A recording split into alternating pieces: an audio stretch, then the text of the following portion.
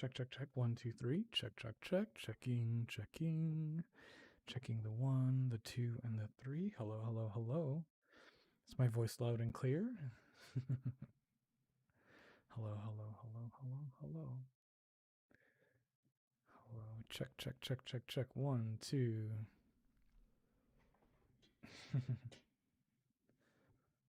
Checking. Seems to be okay, I think.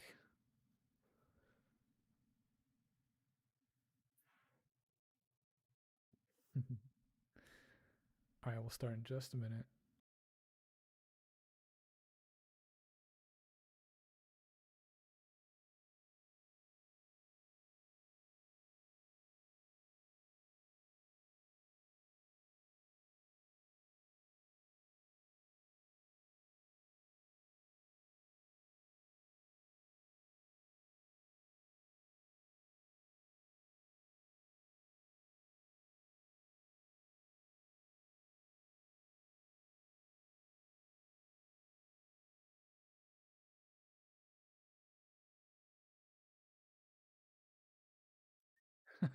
It seems like whenever I actually schedule a live stream beforehand, like with the YouTube settings, it actually it probably it probably notifies you a lot easier than if I just went live. I don't know. To those of you that know how to live stream on YouTube, I guess that makes sense. To everyone else, hello. Let's see. 3, 2, 1.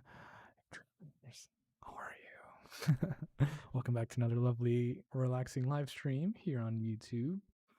Um, for those of you who didn't make it to the last stream or didn't watch it, a couple days ago, basically I'm just starting to stream here on YouTube. Whenever something in the meantime between ASMR videos. I used to stream over on Twitch, but I feel like why not just stream on YouTube? Just makes sense. But for the sake of organizing things on my channel, as far as like making things easier for you when you go to my channel to look for videos, um, periodically I'm going to make these live streams unlisted, like throughout the week, just depending on how many live streams I do. If I do like 5 live streams a week, at the end of the week, I'll probably make them all unlisted. But if you go to my description box, there's a new link, and it's a link to a playlist where I'm going to be keeping all of the live streams. So if you happen to miss a live stream or want to go back and watch a specific one, you can literally just go to the description box, click the link to the playlist for the live stream vault, and you'll be able to see all these live streams. Because like I said, depending on how many live streams I decide to do, if we have a lot of fun, then I'm just going to start live streaming a lot then. I'm going to periodically make them unlisted. That way it keeps my video feed nice and neat and clean. So yeah. So again, if you happen to miss a stream and you want to go back and watch one, just go to the description box. There's a nice little link to that playlist. You can save the playlist. You can bookmark it or do whatever you want to do to be able to find them easier. But they will exist in that nice little library there. But hi, how are you? And you'll probably hear me repeat that spiel probably throughout the stream and throughout the next couple of streams, or maybe that'll just be part of the intro, right? But hi, it is Wednesday evening, approximately 11:40 something p.m. for me at least. Hope you guys are doing good. Figured we'd just hang out, have a couple conversations, talk a little bit. Actually, I did have a plan for today. I said I was going to do on the last stream. I was going to do kind of a Patreon appreciation video. I've been meaning to do one of these for a couple months now, but I'm basically just going to go back through the last couple months and just read off and thank all of my $15 pledges over on Patreon. So, yeah, I'm going to take some time to do that and, properly thank those of you guys that are supporting me, because I like to thank you. I like to thank you. I never get tired of it. Never, ever, ever, ever get tired of saying thank you. So I will say it a million times and do it in as many different ways as possible to do it. So hello, hello, hello, hello, hello. How are you guys doing tonight? These streams are going to be kind of a variety stream, just whatever I'm feeling. Sometimes we'll play video games. Sometimes we'll just do this, hang out, chat, talk, spend some time together, I think it might help some of you guys fall asleep. And again, it's kind of a nice, like, something in between ASMR videos.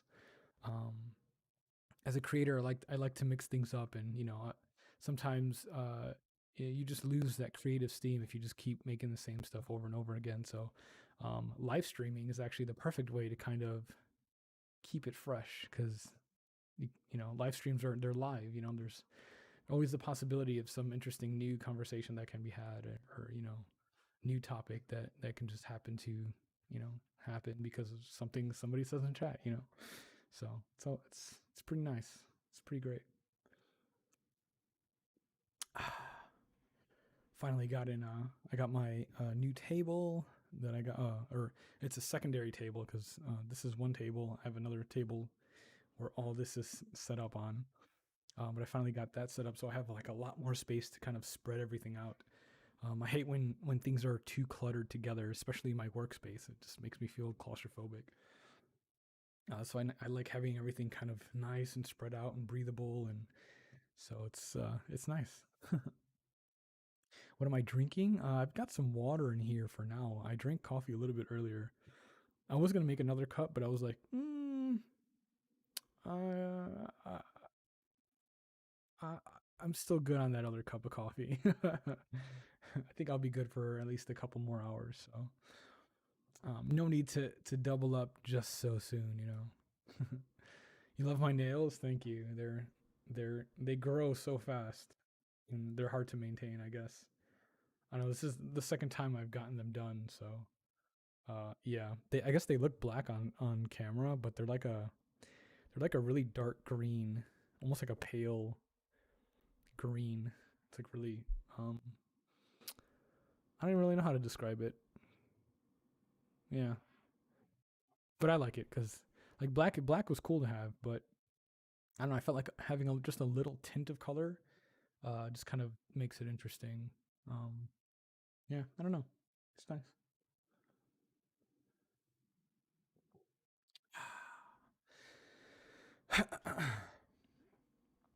But yeah, you're writing a paper due in a couple hours. Ooh, I don't miss that kind of crunch time at all. Yeah, after I got my master's knocked out, I said to myself, no more.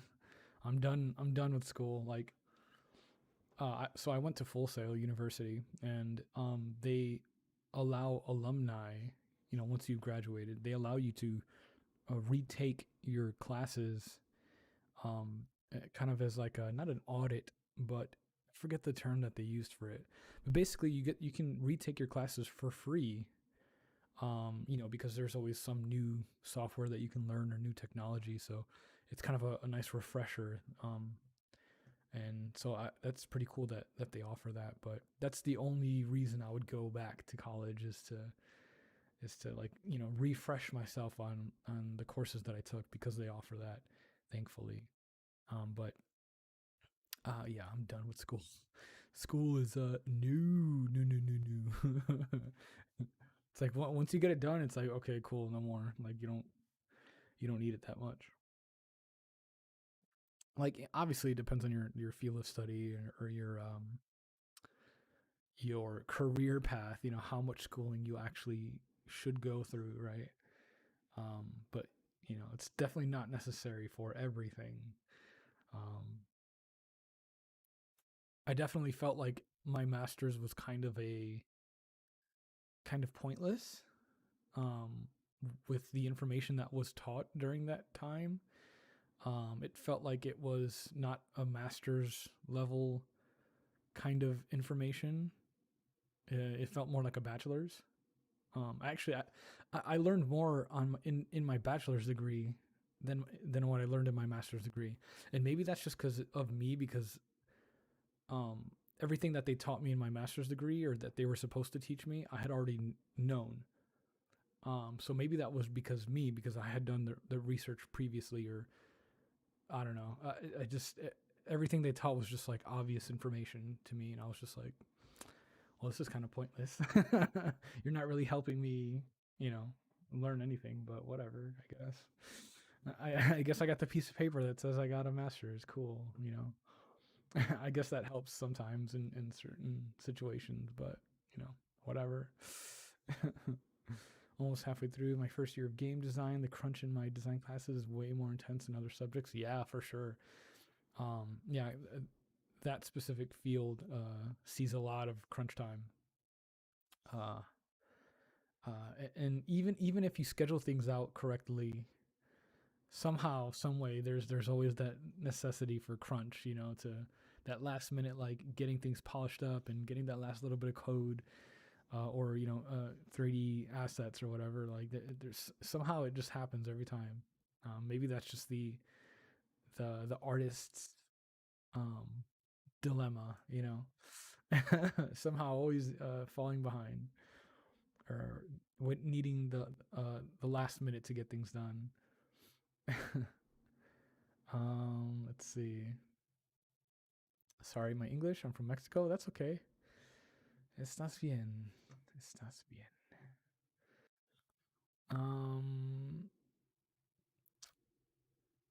School's not fun, stressful. Yeah, yeah. I mean, it can be fun, you know, especially if you're learning stuff that you're interested in. Yeah, it's a heck of a lot of fun.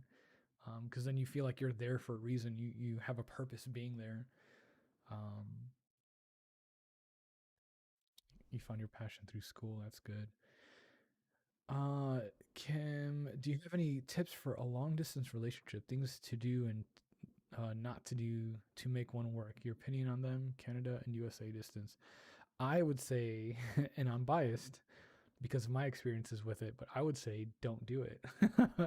I would say it's not worth it, um, with a few exceptions. So if you started the relationship together, you know, in the same place or relatively close location, and you were together for a while and then had to separate because of work, because of, you know, other circumstances in life, then by all means, you know, make it work, figure it out. You know, it's way easier nowadays to use, you know, Discord, Skype, Zoom, whatever ways to like visually see each other and kind of, you know, spend time with each other over the internet. Uh, so that's one situation to do that. Actually, that's probably the only situation I would recommend doing long distances is if you started together and then had to separate for, you know, whatever reason, then cool, you know, definitely stick with it. But I, from what I've seen and read and experienced myself, long distance relationships just don't work. In the end, someone's gonna get more frustrated than the other, and they're gonna start falling behind on their upkeep of, you know, their part of the relationship, and it just always ends in a train wreck, unless if there's an, you know, maybe a goal to look forward to down the road, like, oh yeah, you know, this separation is only temporary, we're gonna see each other again, or I'm gonna move back to that area, or you know, you're gonna move to my area or whatever. Somewhere down the road you guys are gonna actually like be together again, then that makes it easier, you know, because you have a goal to look forward to. But if there is no like goal, I kind of think it's pointless. um there's plenty of people in the world, I'm sure you can find somebody that's relatively close to you, you know, closer, that can fulfill the same um basic needs, and you know, requirements for the base level kind of relationship. I mean, and it also depends on your goals on relationships in general. Like, what are you looking for in a relationship? Again, this is all kind of subjective, right? Like, in my opinion, like, what's the point of being in a relationship if you're not trying to build to, you know, something more? Like, if you're just being together to be together, I mean, that's cool. That can work, you know, as long as you guys are both on the same page, right? That's important. Communication and making sure that everybody's on the same level, right? But yeah, that's a whole deeper conversation, and you know, it's very contextual because it all depends on all the various different factors, of course. Yeah. Let's see. Let me catch up on these comments. Starting law school, half a year. Oh, hey, what's up? Shout out to my mods for being amazing.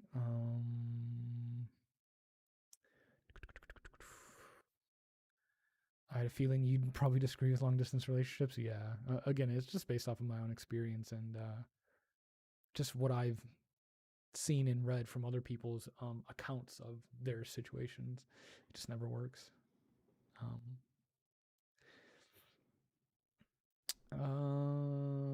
Girlfriend's from Canada. You don't know her. I met her at camp. Okay, that's cool. I'm heartbroken today, so thanks to be here because I actually want to die. Oh, don't die. There's so many cool things to do, you know? There's no reason to die if you don't have to. Um, I've been in one for 3 years. I'm in Northern Ireland and he's in Michigan. It's hard, but if you love each other, you'll make it work. Yeah, for sure.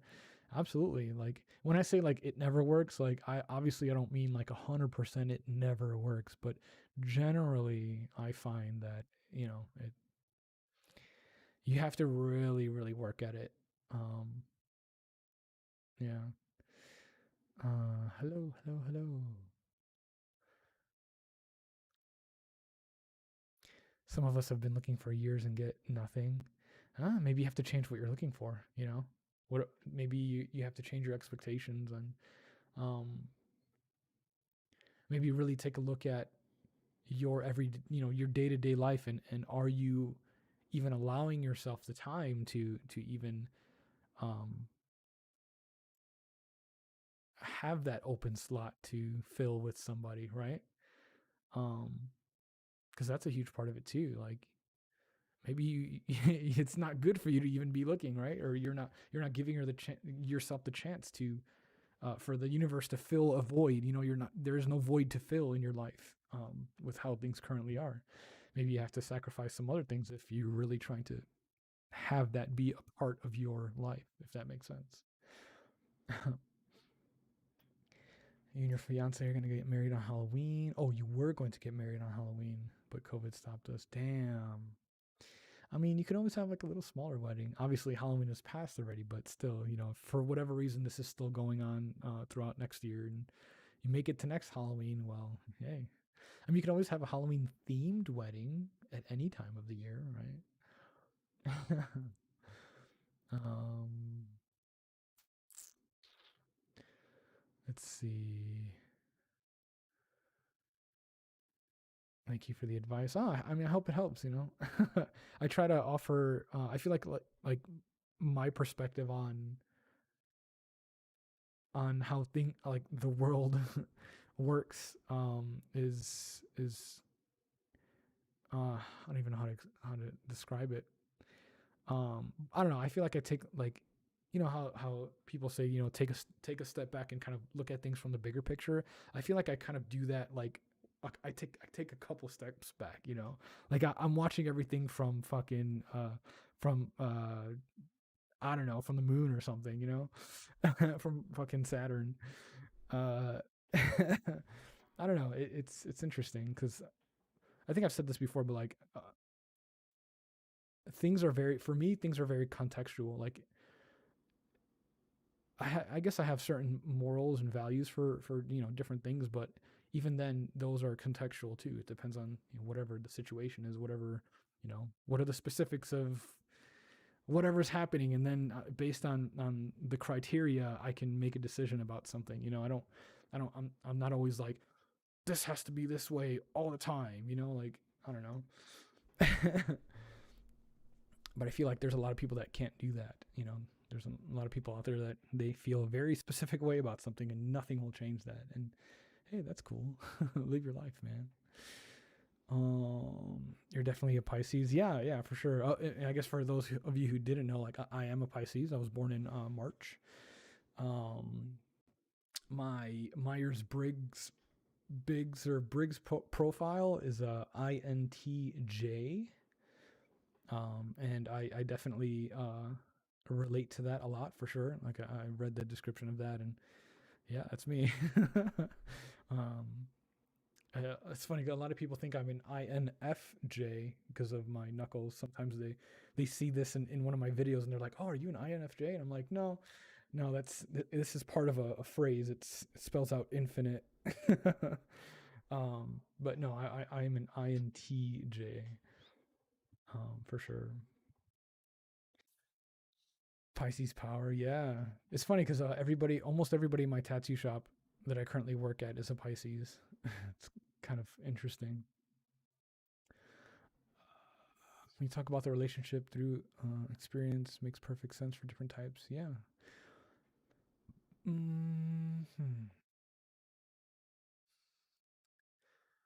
You really process things to a T. Yeah, it depends.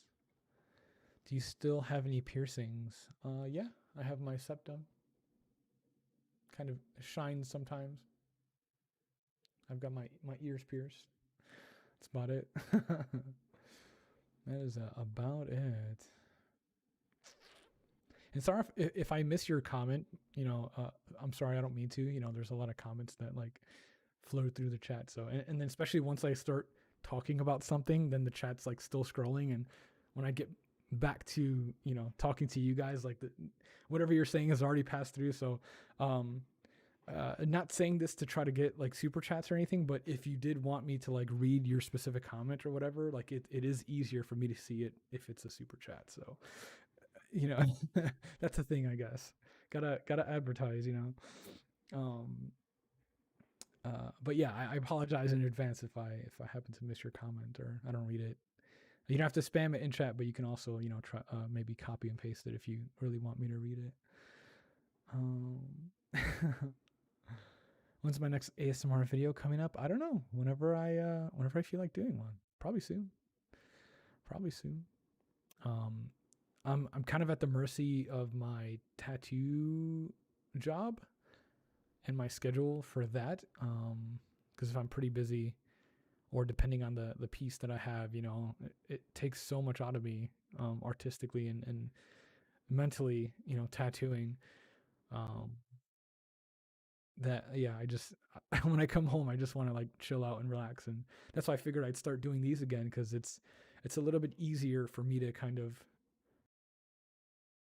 just chill out for a little bit, and either talk to you guys or just play a couple hours of video games, and I can usually recharge by the end of that. So um, yeah, probably after this, I'll go to the gym or something like that, and get some sleep, get ready for the next day. You had a septum when you were 12? Really? What 12-year-old gets a septum? Or what parent lets their 12-year-old get a septum? That's crazy. That's wild. um, no, you cannot see my haircut. I got a haircut a couple days ago. It's nice.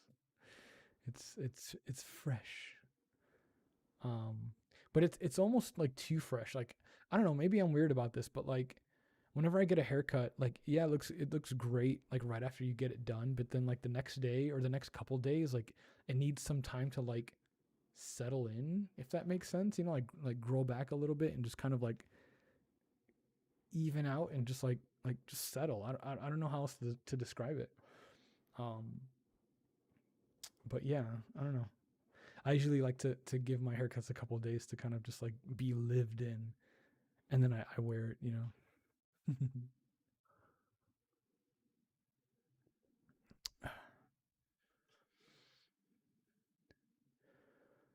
Con yo soy, I love you in Spanish. What? I'm not sure what you're saying. Are you saying coño? Coño? Or coño? Uh, I love you in Spanish is te amo. Um, if you do make another video, could you make a more playing video game one? Yeah, I can do that. Yeah, for whatever reason, that the one where I'm like playing video games and like every like I don't know, like once or twice throughout the video, I like kind of reach over and like pet you as the viewer. That video is like super popular. I don't know why.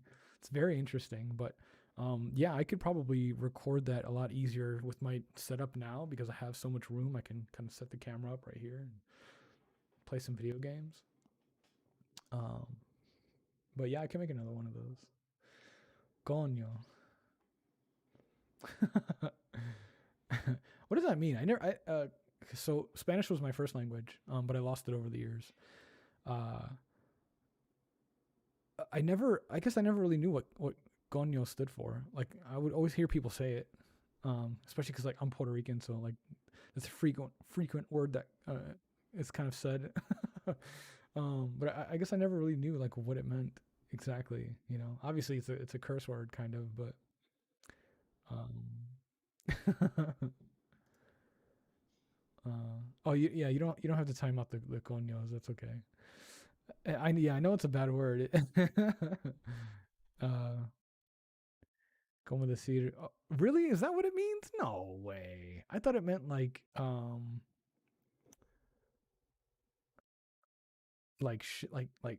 it, well, I guess with how I've heard like my family and people say it, it almost kind of sounded like how us as like English speakers we kind of when we're like distraught about something, we're like, ah, oh, shit, like coño, like that kind of thing, you know. But I didn't know it meant. I don't know. Maybe Puerto Rican Spanish is different than Spanish elsewhere, or at least the Puerto Rican Spanish that I grew up with. I don't know. Maybe it means something else because like we have a different word for what you guys are saying that it means. That's funny. That's interesting. I mean, yeah. I guess there's so many different dialects of Spanish. There's bound to be different translation for words. That's hilarious. Yeah. Yeah. Okay. Interesting. So it has a couple meanings. Okay. That's interesting. Good to know. Good to know. Good to know. You're from Brazil? Tudo bem. Tudo bem. Yeah, I really want to learn Brazilian Portuguese. Like I really do. It's such a nice language. I have an app that to learn it. I got the Babbel app. Well, I have that one, and I have the what's the bird one? I always forget what it's called. Maybe I deleted that one. Oh no, I have it here. Duolingo. Um, but yeah, I need to pay for it to get the lessons or whatever. But oh my God, Shantos, Shant, thank you so much for becoming a member. Thank you. Mwah. I appreciate you. Thank you. Hi, how are you? Tudo bem. That's all I know how to say in Portuguese. You guys have to teach me.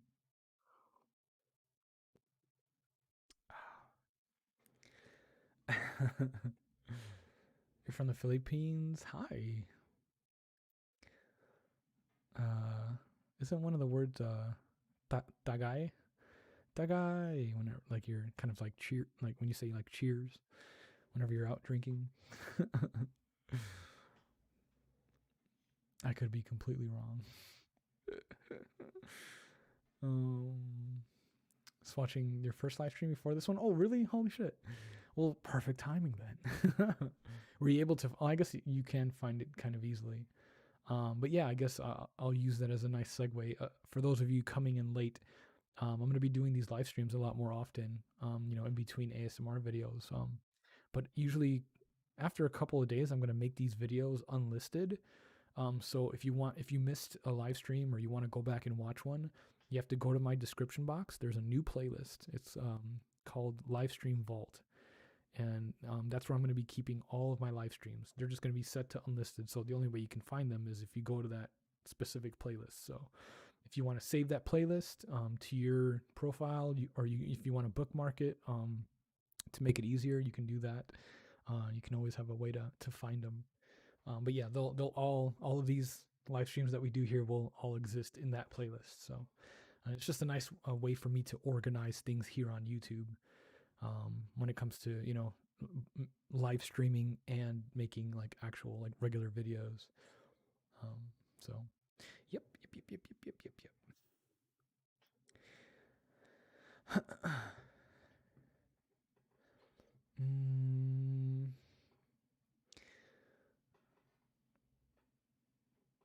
He's streaming again. The owl ticks you off. Yeah, the Duolingo owl is like, have you studied today? Have you learned your thing today? mm. You were convinced that you were French, so you learned the language. That's pretty cool. I mean, at least you tried to learn, right? Like, it's always I always think it's cool to know another language to some degree, right? Um, it's always I can't even imagine how the way someone's brain works or the way that their mind works for someone that knows more than two languages. You know, those people that know like multiple languages. Like, how do you even fit all that in there? Or not even that. Not even how do you fit it, but how do you compartmentalize all that information and pull it quickly to be able to form sentences and have like a conversation? Like that's insanity to me. Um, yeah, it's actually insane. It's crazy. Um, I had Duolingo for a week and it wouldn't stop yelling at you. That's hilarious. uh, that's actually hilarious. Learn Japanese for game development purposes. Ooh, interesting. Um, uh, how does it make you feel that men most likely listen to your ASMR videos? Actually, that's not correct. According to my analytics, females beat out the males.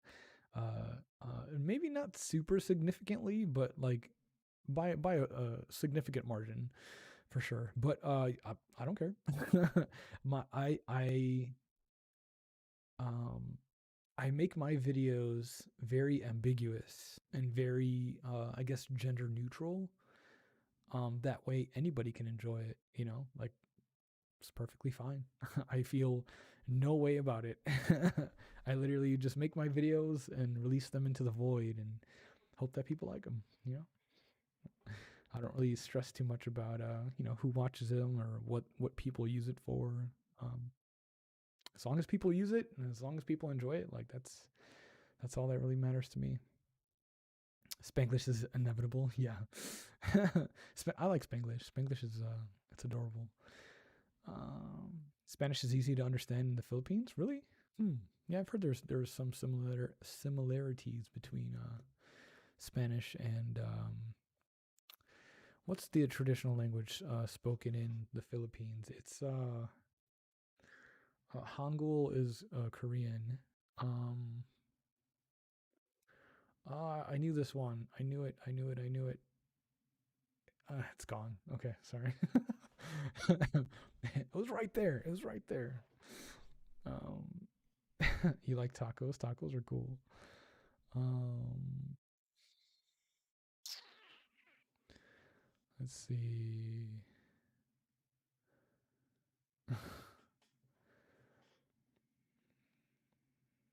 I like the gender neutrality of your videos. Thank you. I try. I try. I might accidentally um, throw in like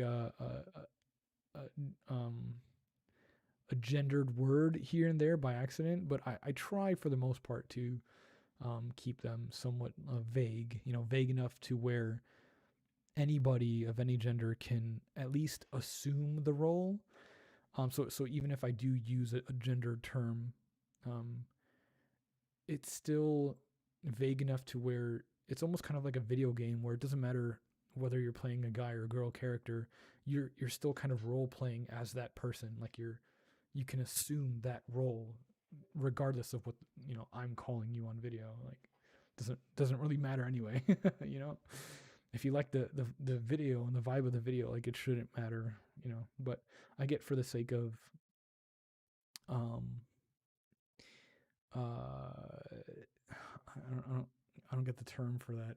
For the sake of like falling into the experience, um, for the realism of the experience. Obviously, having it more vague makes it easier to kind of take on that role. But if you use a little bit of imagination, uh, it shouldn't really matter, I guess. Work as a Japanese interpreter. Ooh. of the culture, but damn, the language is hard even after years of studying. Yeah, yeah, I feel that. Um, never been online on time for a live before. Hey, welcome, welcome, welcome, welcome.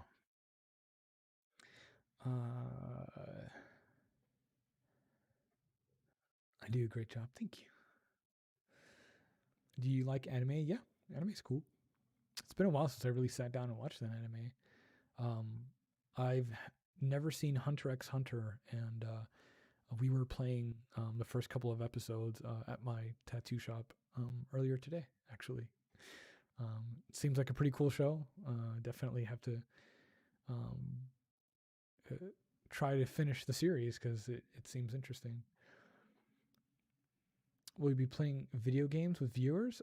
Maybe if we have the same game or if we play the same game, perhaps. Been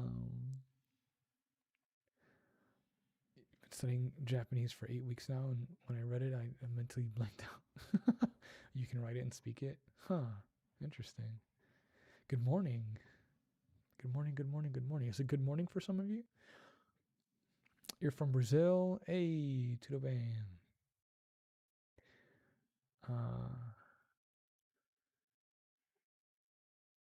How are you? So weird hearing your normal voice. Really? Is it?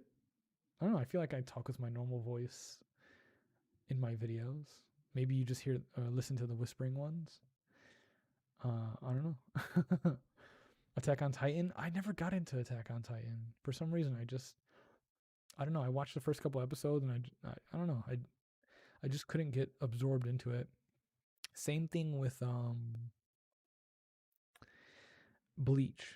Bleach. I for whatever reason I just could not get into it. The fights are cool, like the main fights or whatever, but um I I I just couldn't sit down and watch it. Same thing with Fairy Tail.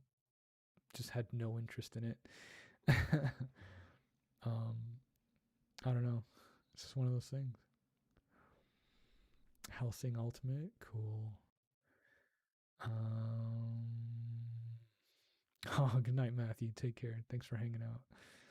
My voice is making you sleepy. Well, go to sleep. That's actually the purpose of this, right? Like I said earlier, this is a nice kind of middle ground um between ASMR videos, where it's something new and fresh and interesting, but it's also relaxing. So whether you come here to hang or come here to fall asleep, either way, you're gonna get something, right? Something. Might even learn something new.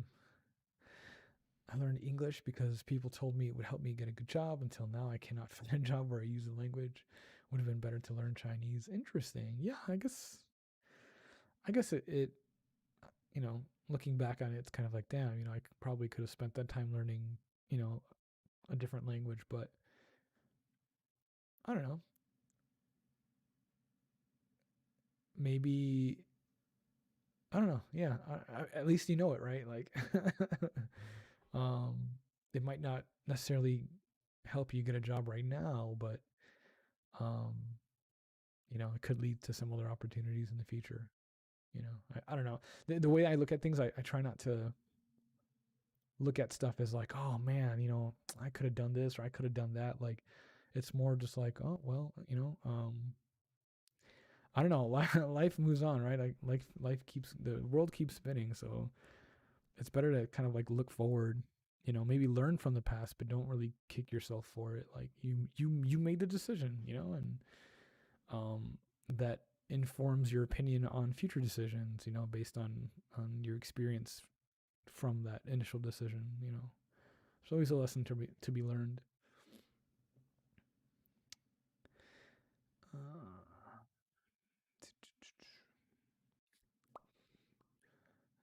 You become a sad boy. It's 12 a.m. here in Jersey. Nice. Yeah, it's 12 a.m. here as well in good old Kentucky. Uh, uh,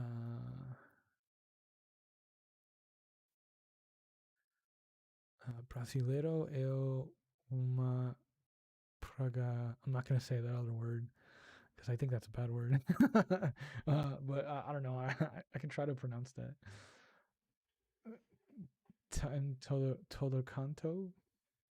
And that's weird because like in Brazil, like you pronounce certain words so differently than from Spanish, like to where like one word looks like I know how to say it, but like it could be pronounced like completely differently. It's crazy. Oh, thank you, Carol. Not bad. Weird. I only meant I'm used to you whispering. Oh, that's okay. That's not a problem.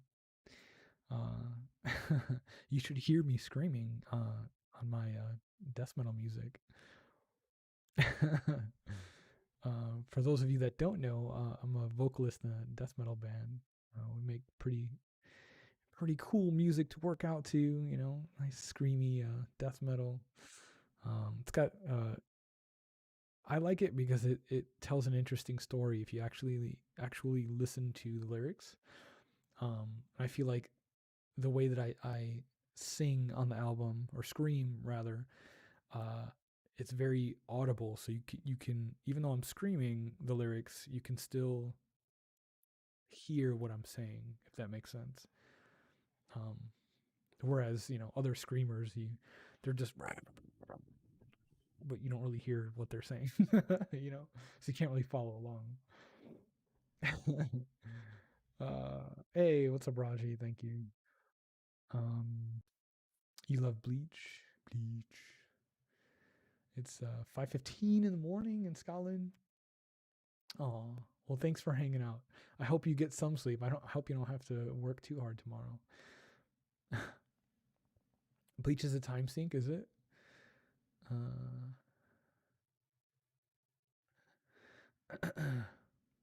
Como ese episodio de Black Mirror donde los protagonistas se enamoran jugando, intentan cambiar de personajes, de género, etc. How do you say etc. in Spanish? Is it just etc.? Etc. Y da igual. Fullmetal Alchemist is cool. I still need to watch Brotherhood. You want to get your first tattoo? You're scared? No, there's nothing to be scared about. Now, you should be scared if you're just going to go into a random shop. Then yeah, you absolutely should be scared. But so you can avoid that, you should do your research. Look up the shop, look up their artists, make sure you can see their work, their current work, and that will help you be less scared because you'll know that you're getting a good tattoo. Hola, brasileros. ¿Cómo va o inglés de eh, uh, is it so is VCS, is that short for vocês? Vocês? I don't know. I have much to learn. I don't know anything about Brazil or about Portuguese. Um uh eu tô na base do Google Tradutor Evos. Of Evosis. I don't know. I'm trying. I just need to. I need to buy the the lesson on the app so that I could just like practice, and learn. Oh, hey, look, it's. I don't know if you can see that. It's it's 12:22. As I was talking about learning Brazilian Portuguese, it turned 12:22. So that's a sign that I should probably learn. Everybody make a wish.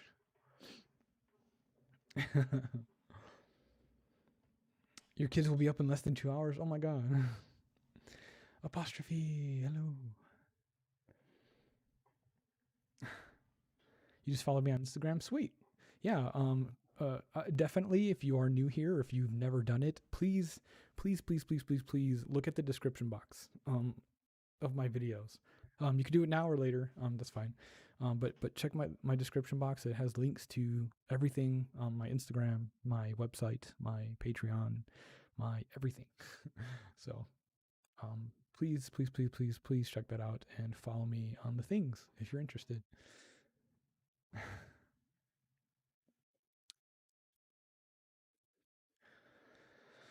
Obrigado.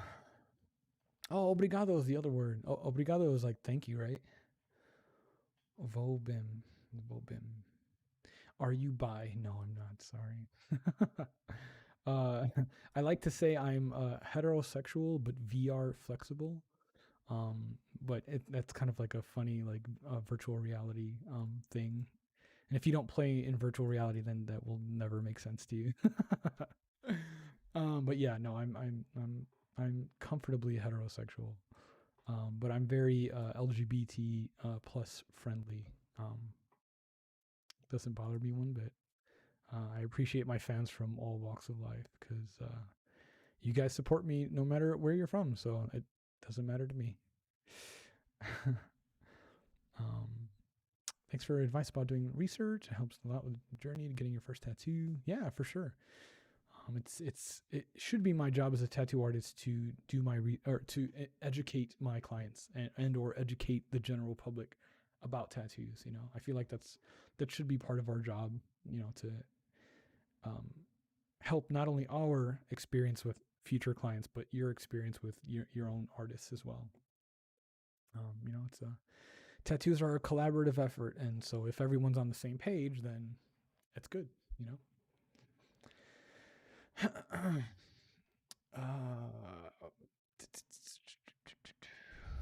Let's see. I have to catch up on comments. Are you going to do the old videos again, or you repeated a word? Classic videos? You really miss those? Miss the videos you made? Wait, your comment's kind of confusing because you said, "Are you going to do old videos again?" Where I do repeated word classic videos, but then you say you miss the videos where I'm just kissing, which kind of contradicts itself because I don't really do like the kissing videos until like later. Like my repeated word videos, I think came first before I really started doing kissing videos. So you're basically what you're asking is to do more of everything in just a weird way. I don't know. Sorry, I don't mean to call you out. It's just it's an interesting way to write that. Um, Quintiano for stream. How did you discover ASMR? My first video was keyboard typing. I discovered ASMR after watching a spray painting video. It was a tutorial video on spray painting, and um, the various sounds in that video was triggering my ASMR. And this was back in like 2012. And yeah, I don't know. I've had that tingling feeling since I was a kid, but it had been some time since I felt that. So when I got it again, I was like, oh man, does anybody else feel this? And I did my little research. And yeah, I found what was the beginning of the ASMR community at the time. Um, and that's just kind of how I found it. And I was just a viewer for like about a good year and a half until I started making my first videos. Um, yeah. Are you single? Yes, yes, I am. Ele falando português. Que fofo? What does that mean? What does that mean? So whenever because I follow certain influencers that are from Brazil, and so I try to listen to how they speak and how they pronounce certain words, you know, because I feel like that makes it easier to kind of learn. And so I hear the word falando a lot, or something falando. I don't know. I hear that word a lot. I don't know what it means. Maybe you can teach me. What else do you eat besides pudding? Pizza. Pizza's great, and tacos. Do you have any tips for anxiety apart from watching your videos? Well, yeah, you know, you could start there watching my videos, but I don't know. I feel like maybe understanding that anxiety is natural and that everybody has anxiety, despite what you may see. Even the most confident people, I feel like, have anxiety, but just, you know, they manage it better. And I think knowing that other people have it and other people are experiencing it at the same time as you know, most likely, like, you know, in a social situation, especially when you're meeting somebody new, maybe keep in mind that, like, wait, I'm not the only one having anxiety. They're having anxiety too. So it's just like, hey, you know, and just try to think of it that way. Like everybody's nervous. Everybody's kind of like feeling each other's energy out, and I don't know, maybe you can find some comfort in that, and maybe that might make it easier to know that no one's judging you. Like there's probably some people judging you because people are that's just how we are. But maybe it's not that big of a deal. Like maybe knowing that will make it easier for you to compartmentalize that anxiety in your mind and be like, oh yeah, I'm really nervous right now, but maybe it's not that bad. Maybe I'm not gonna die. Maybe it's all right. you know. I don't know. I hope that makes sense. It's worth a shot. What's your band? I need to hear it now. We're called Crypt Dweller. Crypt Dweller. CryptDweller. Crypt Dweller. You can find us on Spotify, YouTube, Google Play, blah, blah, blah, blah, all the main sites. You can follow us on Instagram too. If you go to my Instagram page, I have it linked in my bio. You can find it there. What is sleep? I know. What is sleep? What do you think about black metal music? Black metal is pretty cool. I haven't really like delved deep into black metal, but I know like one of my younger brothers is really big into black metal. I'm just a fan of death metal right now. I've fallen in love. Let's see. Apoyo lo que dijiste.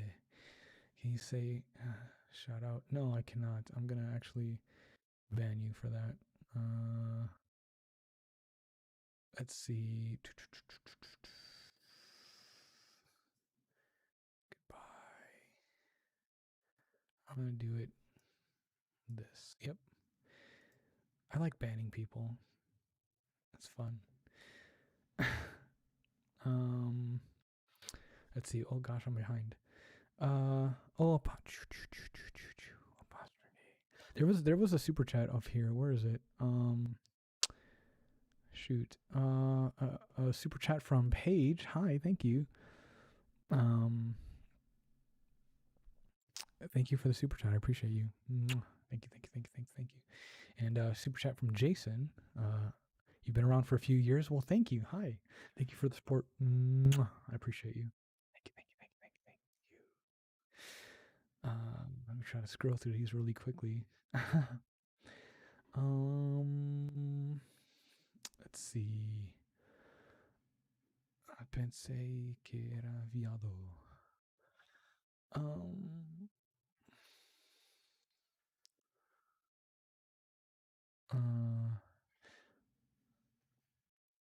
Do you play any games? Got a favorite? I do play World of Warcraft right now. That's kind of what I've always kind of been into World of Warcraft like throughout the years. So I kind of always whenever I don't have anything to play specifically, I kind of just go back to that. But I just purchased Borderlands 3 because it was on sale, so I'll probably be playing that soon. Because it looks like a lot of fun, and I don't know. It's finally on Steam, which is great. You love Detroit Become Human. That's I've heard that was a pretty fun game. Did you take voice lessons? No. I am self-taught. I've been singing since I was a little kid. And I don't know. I guess I practice here and there. I don't really practice as much as I should, like traditional singing. But yeah, no. As far as like screaming and stuff, I'm self-taught. You don't understand English? That's okay. What language do you speak? What made you branch out into more affection videos? I don't know. It's just kind of like it's just about comfort, really. Because I noticed I don't know how I first started that. Maybe I saw somebody else doing something similar. And I was like, oh, that would be kind of interesting to try, from my perspective. And I don't know. It was just a matter of comfort, to make that first video, and then it just gets easier every single time as you kind of understand what cues and what parts of the videos that people kind of really connect with. It just makes it easier to make them in the future. Que fofo means so cute. Gotcha. Pineapple pizza is delicious. Yes. It's been 9 years since you discovered ASMR. Nice. Holy shit. In Ecuadorian, it means weird shaped. Interesting. um, Falando means speaking, talking. Oh, that makes sense now, actually. I want more of your intake. My family is very conservative in terms of tattoos and piercings. How do you handle these misconceptions? How do you handle clients who come from these backgrounds? I tell them that it's your body, your choice, and your family can have their opinions, and you should respect the fact that your family has their opinions. Um, or how do I say that better? It's you should come to the realization that it's okay for them to have their opinions and you still do your own separate thing at the same time. Like both those situations can coexist.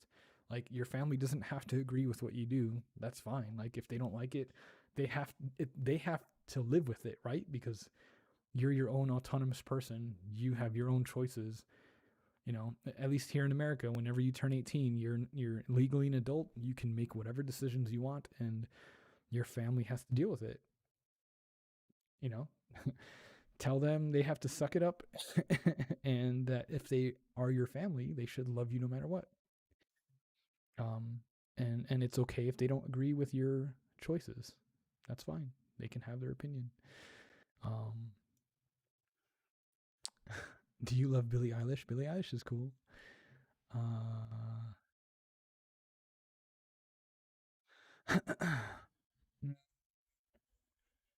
are you part of the DDLG community?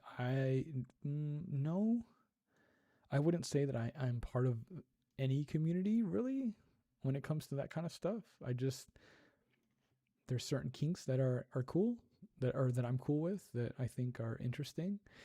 Um, and that I may, express in my private time, but I wouldn't say that I'm some like arbiter or some, speaker of any of those communities. I just, I'm just an individual who has their preferences, I guess. Um, uh, yeah, it sucks for those people that are allergic to pineapple. They can't enjoy pineapple pizza. Delicious. How did the band name come about?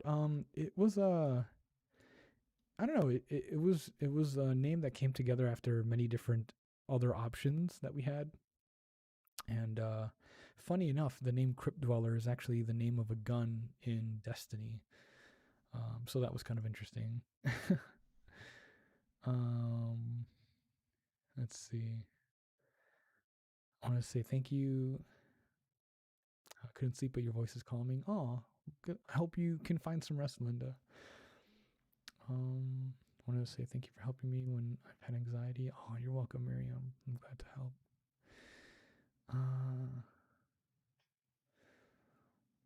What a nice surprise to see you live. I've been subscribed to your channel since the beginning. Yeah. How's it going? Welcome back. 9 years? I don't know about 9 years. It's been since 2014 was when I started. Um, so been quite some years.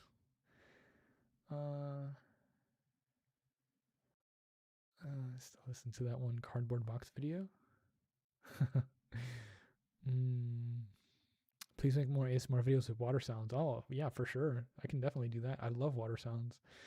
Um, let's see. All you pudding cups are the coolest people. Yeah, hell yeah. And I've said this often.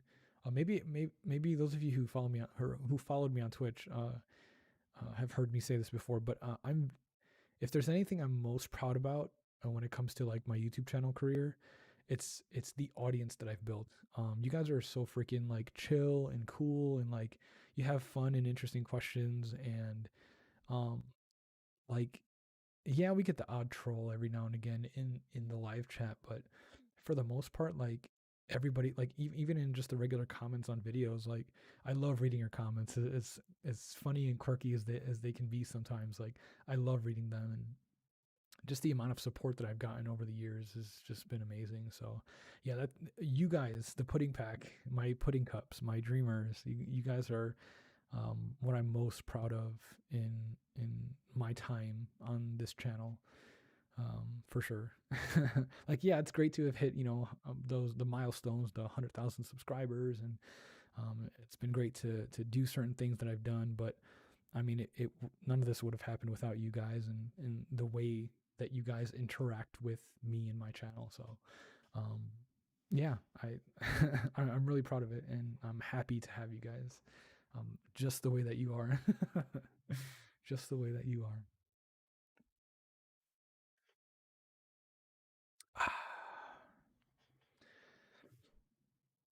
A pineapple heart? Ooh, no. Um, Spanish is beautiful. Spanish is beautiful. Yeah, Spanish is beautiful. Um, you're supposed to be asleep by now. Oh, go to sleep. Go to sleep. Go to sleep. Please get some rest. PC looks awesome. Thanks. Yeah, it's cool. I kind of wish like you could see it better. I don't know. I may move it like closer, but then again, the reflection of the glass might be even more apparent with the light back here. It might be like more shinier, and I don't know, might hurt your eyes. But yeah, it looks cool back there. Is my DJ mixer. Oh my god, L just upgraded to level 2. What does that mean? Level 2 member. Yo. Yo. Thank you, thank you, thank you, thank you, thank you, thank you, thank you. Thank you, thank you, thank you. Thank you. Oh my god, why? Why? You didn't have to do that. Any plans for another Angel versus Demon video? That was great editing. Thank you. At the moment, no. and just like just being honest, like um that was one of those videos, like, so that the Angel versus Demon video that I made not too long ago, that was probably one of my favorite videos to make on my channel. There's probably a handful of videos that are like my top 5 videos that I've ever made.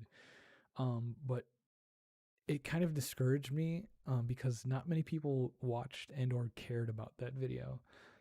So it's a little discouraging, because I put a lot of time and effort in, getting the costumes and, buying the supplies for those costumes, and um, getting the right setup and the right kind of like idea for the video. I put a lot of time and effort into that, and then the video kind of didn't do well. Um, so it was just a little creatively discouraging to see that happen. So it's kind of changed how I go about making videos, because I have to weigh, especially with my having a day job now, and being kind of a full-time tattoo artist.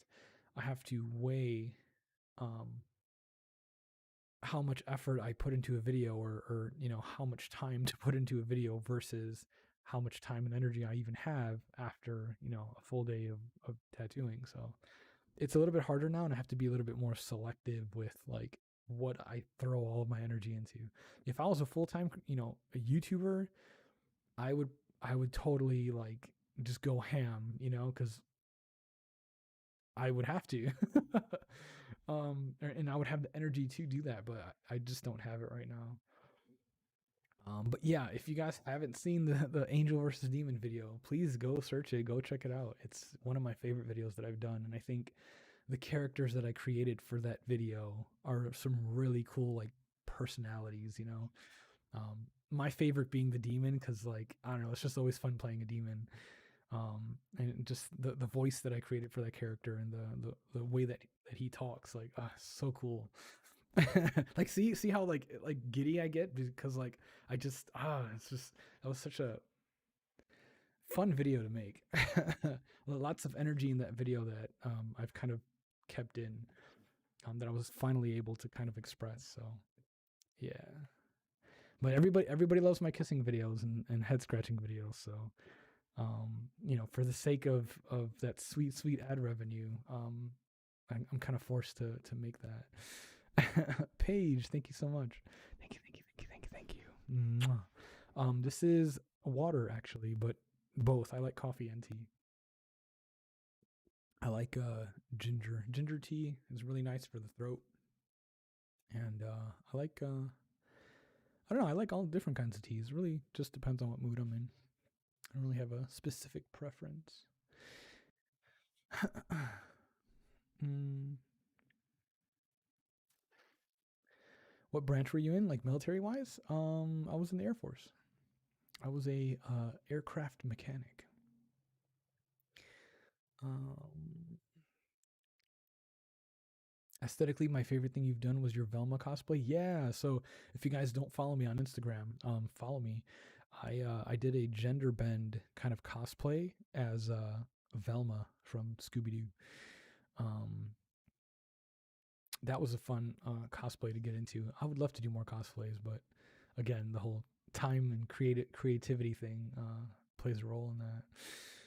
But yeah, check out my Instagram and you can see I did a succubus kind of cosplay thing or like a photo shoot, and um, I did an Oogie Boogie one, like kind of a more formal Oogie Boogie from Nightmare Before Christmas, and then I did Velma from Scooby Doo. It's really cool. Um, I like I said, I enjoy doing stuff like that because I get really creative, especially being somebody who is into compositing. I made the backgrounds. I custom made all the backgrounds for those photo shoots, and um, yeah, it was fun.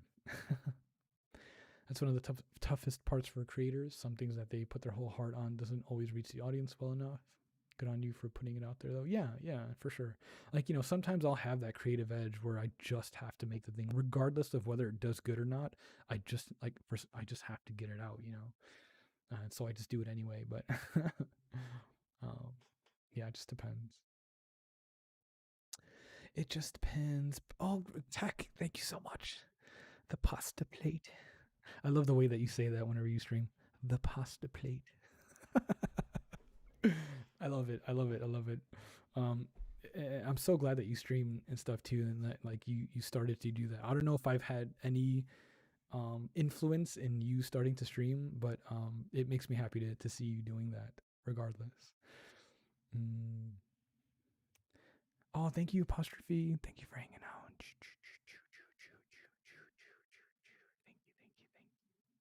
Thank you for hanging out. um, eres hermoso. Gracias. Gracias. Ginger tea is delicious. Yeah, it is. Thank you, Casey. I appreciate that. Um,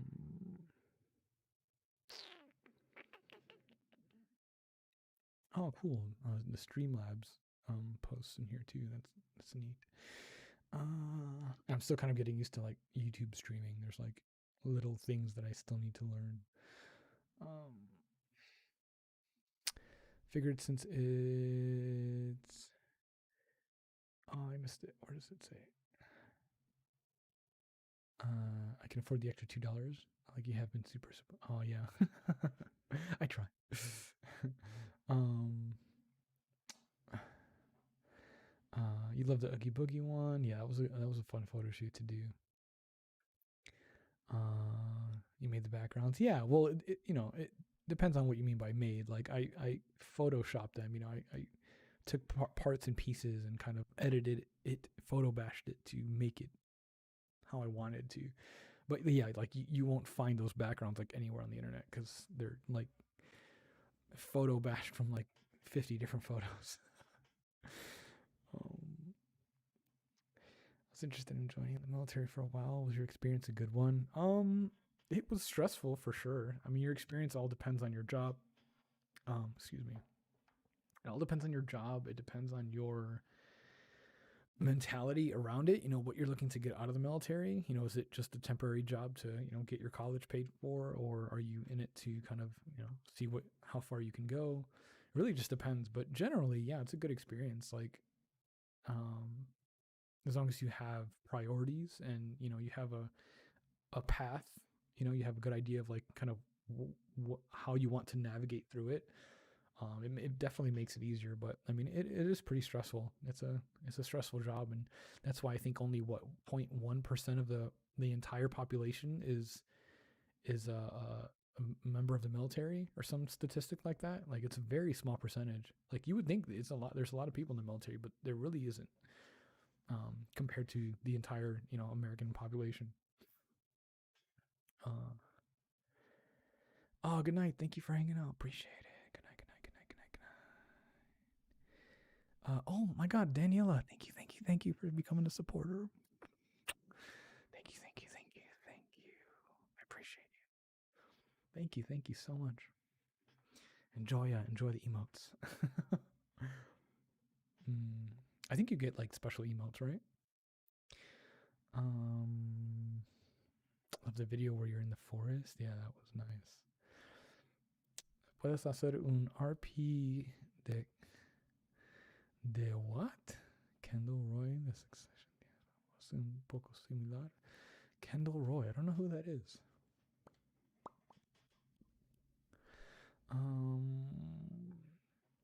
Shannon was your biggest motivation to start, but you were a big help in getting me affiliated, and that made a huge impact. Ooh, well, that's perfect. It's nice to have known that at least something I did help, right? That's good to know.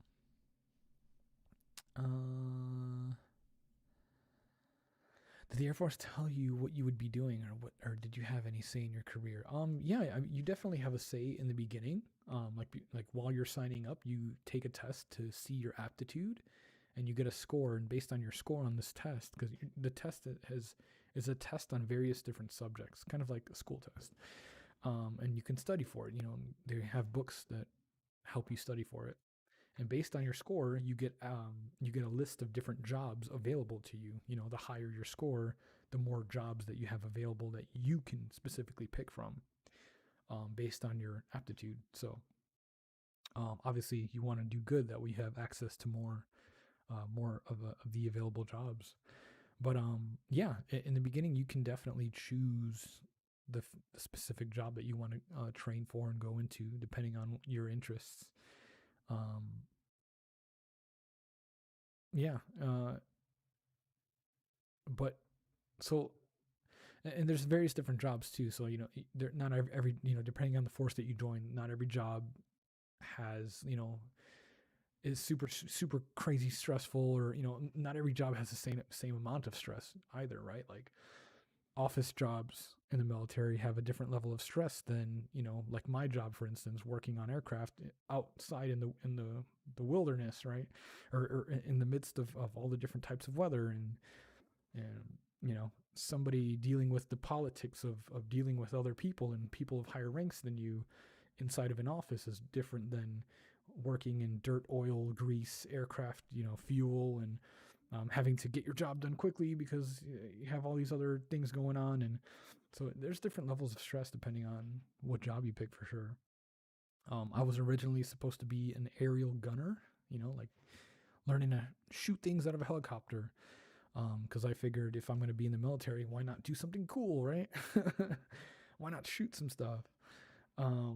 But they offered me the chance to leave earlier if I joined under a different field, different than from what I originally picked. I didn't really, I didn't really like look too much into it. All I heard was I get to leave earlier, and this was right after high school too. So I was like, I was trying to start my life, my life, as an individual, like fast. And so all I heard was I can leave earlier, and I was like, okay, cool, sign on the dotted line. But what I signed up for was what's called open. So there's different classifications. There's like open mechanical, open, whatever, open something, and then there's like open general, and then you have like your specific jobs. So the open category is more of a generic kind of thing where the Air Force or whatever force, they pick your job for you in that field. So in the mechanical field, there's a ton of different jobs, and so if you go in open, they put you where they need you, right? They fill in the slots where they need it most. Whereas if you pick your job specifically, you go to whichever one you choose. So I made the dumbest, in my opinion, the dumb decision to go in open. And after I graduated basic training, that's when I got my selected job, the job that they selected for me. So, yeah, that was interesting. Not really knowing what my job was going to be, and then getting a document saying like, "Oh, this is what you're going to be," and I was just like, "Interesting." Okay. And then they sent me to South Korea for a year, and that was a very interesting time. Very, very interesting time.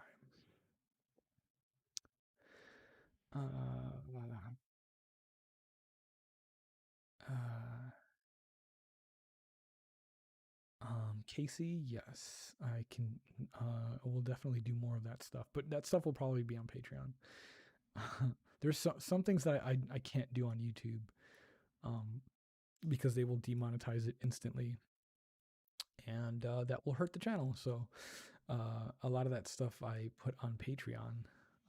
So if you are interested in like more spicier stuff that I can't really release on YouTube, or release on YouTube like every 6 months or so, just to kind of throw out there and see what YouTube does with it, if they restrict it or not.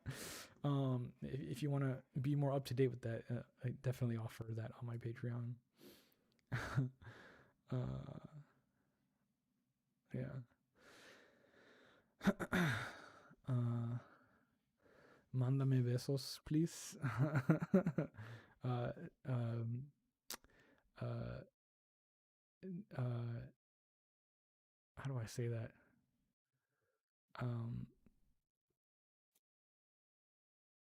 Necesitas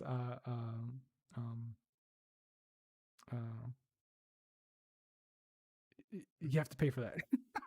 I don't know how else to say it. I don't know how to say that in Spanish. Necesitas dinero por los besos.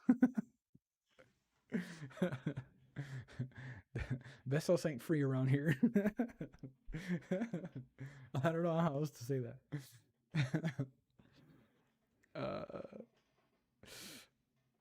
I know anxiety is something that you suffered from, but I wanted to acknowledge the growth in which I've seen. So happy you're back on, and much love from NYC. I don't know if you're talking to me, but I never really suffered from anxiety necessarily. I don't think I've ever said that. But thank you. Like I said, I feel like everybody has some level of anxiety. So yeah, I got a little bit. I got a little bit.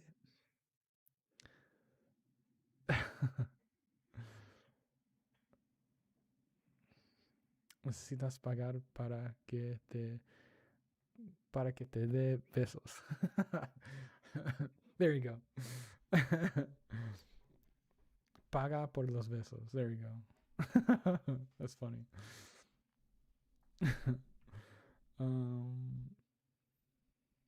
Camp Humphreys? No, I went to basic in Dallas, right? Or no, it was San Antonio.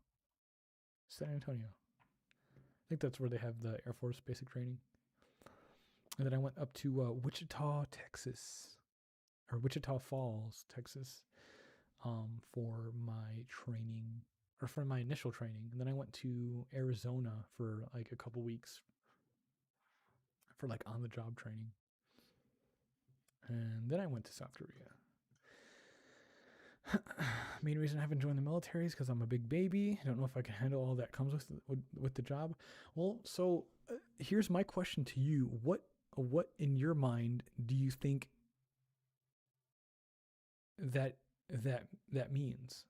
I guess, or how do I ask that better? Like, what in your mind is considered all that comes with the job? You know, like what's your understanding of what comes with being in the military? Because from what I can tell you is that it's just like everyday life. Like there's really nothing to it. Arrhythmia, thank you so much. Mwah. Thank you for the super chat. Um, Military life is just like regular life. You have a uniform you have to wear, and then you wake up, go to your job, and then you go home. And then you just rinse and repeat every day. And depending on your job, you probably get weekends off, and that's it. You get a consistent paycheck. They pay you. They give you a paycheck based off of your rank. They give you a paycheck for rent. They give you a paycheck for food, and you get a whole other host of benefits for schooling and stuff while you're in. Then you get benefits for schooling when you're out. You can't really lose. You know, like there's really nothing to it. It's just like everyday life. You know, the government kind of takes you into its bosom and then carries you along as it goes, and you really can't fail. And yeah, you really can't. um. So yeah, when and so I asked you, you know, what do you think is a lot? Because I feel like a lot of people have these maybe not unrealistic expectations, but the wrong expectations of what they think it's like to be in the military. Like there's really nothing to it. There's really nothing to it. uh, Louis says being Army is literally going from 9 to 5 in the right uniform. And sometimes a lot of BS when it comes to inventory and shit. Yeah, I mean, it's literally it. It's literally like an everyday job, except you kind of have to go. Like you can't really call off of work, you know. Like you have to go. And if you're sick or whatever, you go to the hospital that's on base and you get like a note or whatever, and then you can go home or whatever. But there's really nothing to it. There's probably a little bit more politics when it comes to, you know, the fact that there's a hierarchy, and obviously you're going to have people that are higher ranked than you that you have to listen to. And you know, you kind of have to you learn to like deal with stuff and compartmentalize it and learn to just do what you got to do to get home at the end of the day, right? And it's I feel like everybody should do it because it prepares you for life outside of the military where you're working a shitty job and your boss is fucking down your neck. But because of the experience that you've had in the military, you're able to better deal with that if it happens. Or you get so tired of dealing with it in the military that when you get out, you fight with everything that you have to never have to be in that situation again.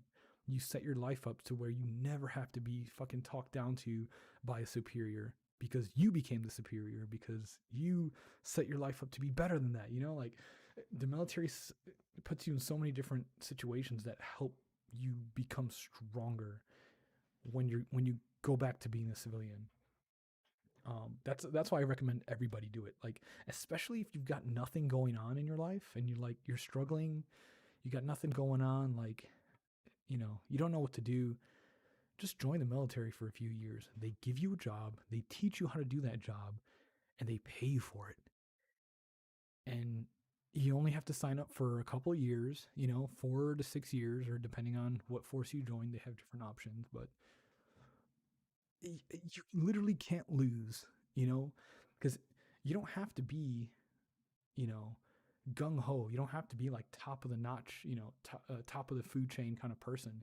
You can just coast. You can just go there, do your job, do what you got to do, go home every day, and like relax and do your own thing, and just and use that time to figure out what you want to do later. You know, like use it as a stepping stone to get to where you want to be later.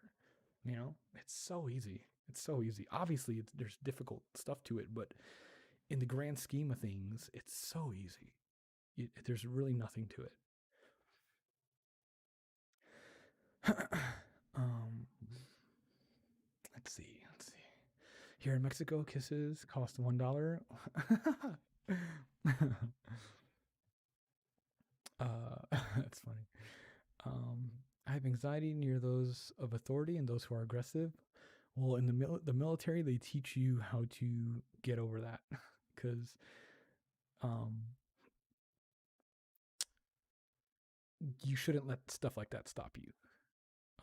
I think even those with like, uh, and this is my opinion, but I feel like even those with a lot of anxiety can learn to at least temper it, you know, during the situation and then deal with it later, that kind of thing. I think people are capable of that.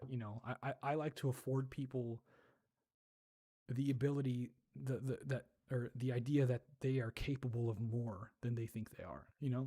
So whenever I say like, oh, even though you may say you suffer from like a large amount of anxiety and like you're stuck, I like to feel like when I say you can get over that, I feel like when I say that means that I'm affording you that you're capable. I think that you're way capable of doing that. Don't sell yourself short. I think we are a lot more capable than we think we are. 100%. Yeah. So I guess what I'm saying, I mean that as like a compliment. Does that make sense? Am I saying that right? I don't know.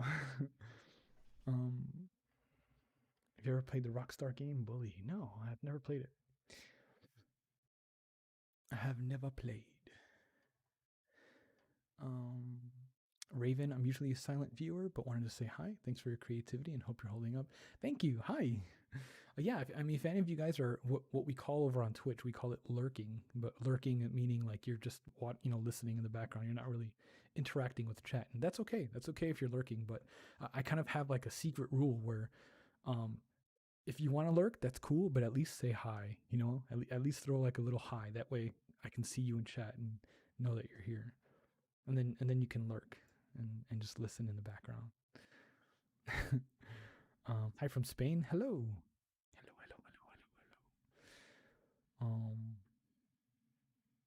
I should tell myself that in my times of anxiety. Good advice. I hope so.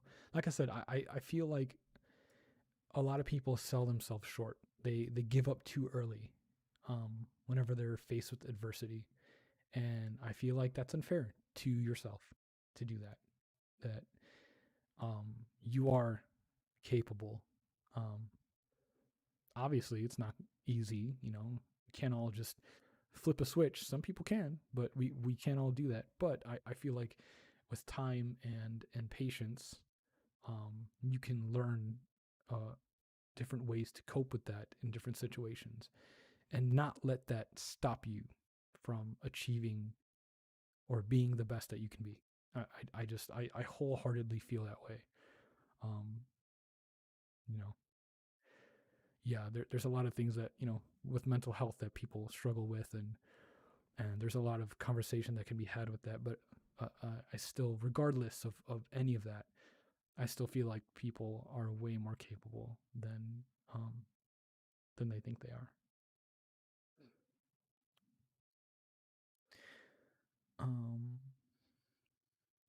Lurking team going strong. Hey, what's up, Ida? Camilla, Rachel. Hey, X from Illinois. What's up? Marlene. Greetings from Colombia. Hey, my family is from Medellin. I think it's Medellin or Caste something. Maybe I'm saying that wrong. Maybe I'm thinking of something else.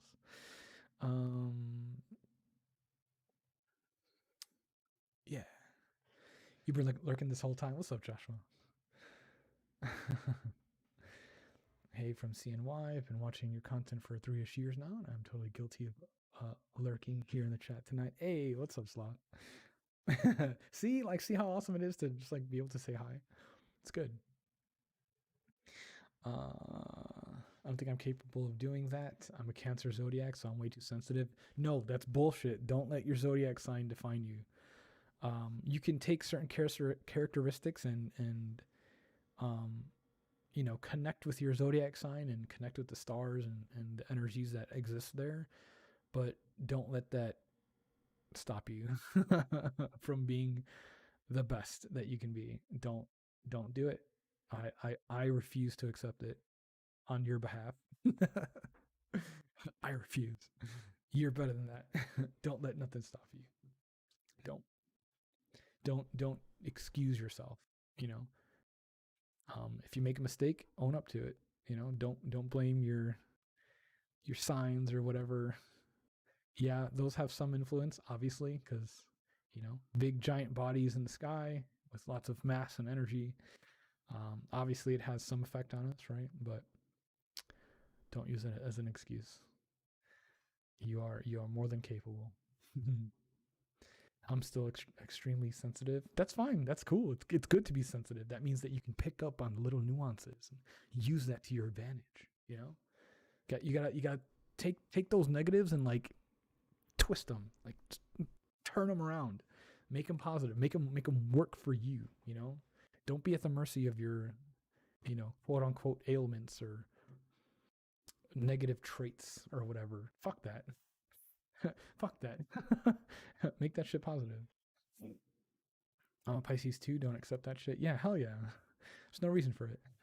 Pisces are the worst. They can be with being sensitive. Like, yeah, for sure. I I can definitely relate to. I guess it would be considered water signs, right? Being very emotional or sensitive. Like, yeah, for sure. But that doesn't mean you're stuck being a debilitated, whiny, emotional mess. Like, no, pick yourself up. Like, use the fact that you are very in tune and can feel, you know, and feel intensely, and use that to your advantage. Like I don't know. I guess I don't. Maybe that's one of my traits, right? Like I don't understand how you could just sit there and accept, you know, uh, and just accept that. Oh, I'm not good at this. No, fuck that. That'd be so annoying. Hell no. I was too nervous to chat before. I'm also a Cancer too, but I don't deal well with bosses and their BS. I'm sensitive, but I put my foot down every time. Hey, and that's good because um, I was like that when I was in the military. Obviously, I knew which battles to pick and choose, right? But I definitely made sure that my voice was heard and that whenever I felt like something was kind of bullshit, I would find um, very tactful ways to let that be known. you know, um, I figured out, instead of just earlier on, I would kind of like challenge stuff like up front, but as I learned, as I got better, and older, I kind of understood that um, there are ways to uh, work around those those traits, if that makes sense. Like I said before, you just got to make it work for you. Joshua, thank you so much for the super chat. Thank you, thank you, thank you, thank you, thank you. Mwah. Thank you, thank you, thank you. Lurking team going strong. Hey. No, but seriously, thank you for that super chat. It's amazing. Um, Virgos are the worst. Perfectionists. Hey, that could be a great trait. mm, Finally made it. Well, welcome. Hi. Hello, hello, hello, hello, hello, hello, hello, hello. Um, I don't take shit from people though, but I'm hella sensitive from time to time. Hey, that's okay. That's good. That's the great balance, right? Like that's a nice balance that you want to strike and that you want to in some ways almost strive for, because if you understand that the universe likes balance, right? It likes to balance itself out. So if you have a certain characteristic about yourself that is very extreme one direction, we'll try to find the opposite one that can help balance that out and bring this one a little bit more, in line. And I think, again, you can start using turning your What's a good word for that? I don't know, turning your like I guess what you would perceive as your negative tendencies into more abilities, right? Rather than passive, uh, to use game terms, buffs. Instead of seeing it as like a debuff, right? Turn it into a buff. Turn it into a an ability that you can actively engage in. I don't know. I don't make any sense. If you understand, you understand, right? um, I'm not one for star sign and zodiac animals. I just think it's fun to talk about. Oh yeah, absolutely. Like you definitely don't have to like believe in it, But it's interesting to see how some things line up, right? Like when it comes to horoscopes and all that. Like it's interesting. It's interesting to see like, oh, okay. Even though this person doesn't really know me, the way that they describe this certain thing that is supposed to, reflect me based on when I was born, or what time of the day I was born, and the fact that it kind of, some of the things that they say kind of lines up with how you act. It's definitely makes for interesting thought experiments for sure, whether you believe it or not. You have to be real about things about yourself sometimes. If you're not good at something and it's tearing you apart in an unhealthy way, then the best thing to do is accept it and move on. Yeah, absolutely. Absolutely. Make it, try to find a way to make it work for you, or let it go. Just let it the fuck go. Coming out of lurking introduced me to so many amazing people that I call friends, helped me through so much, made me come out of my shell. Yeah, hell yeah. Yeah, if anybody's come out of their shell, it's definitely you, Raylene, aka Black Lotus. Um, Absolutely. Uh,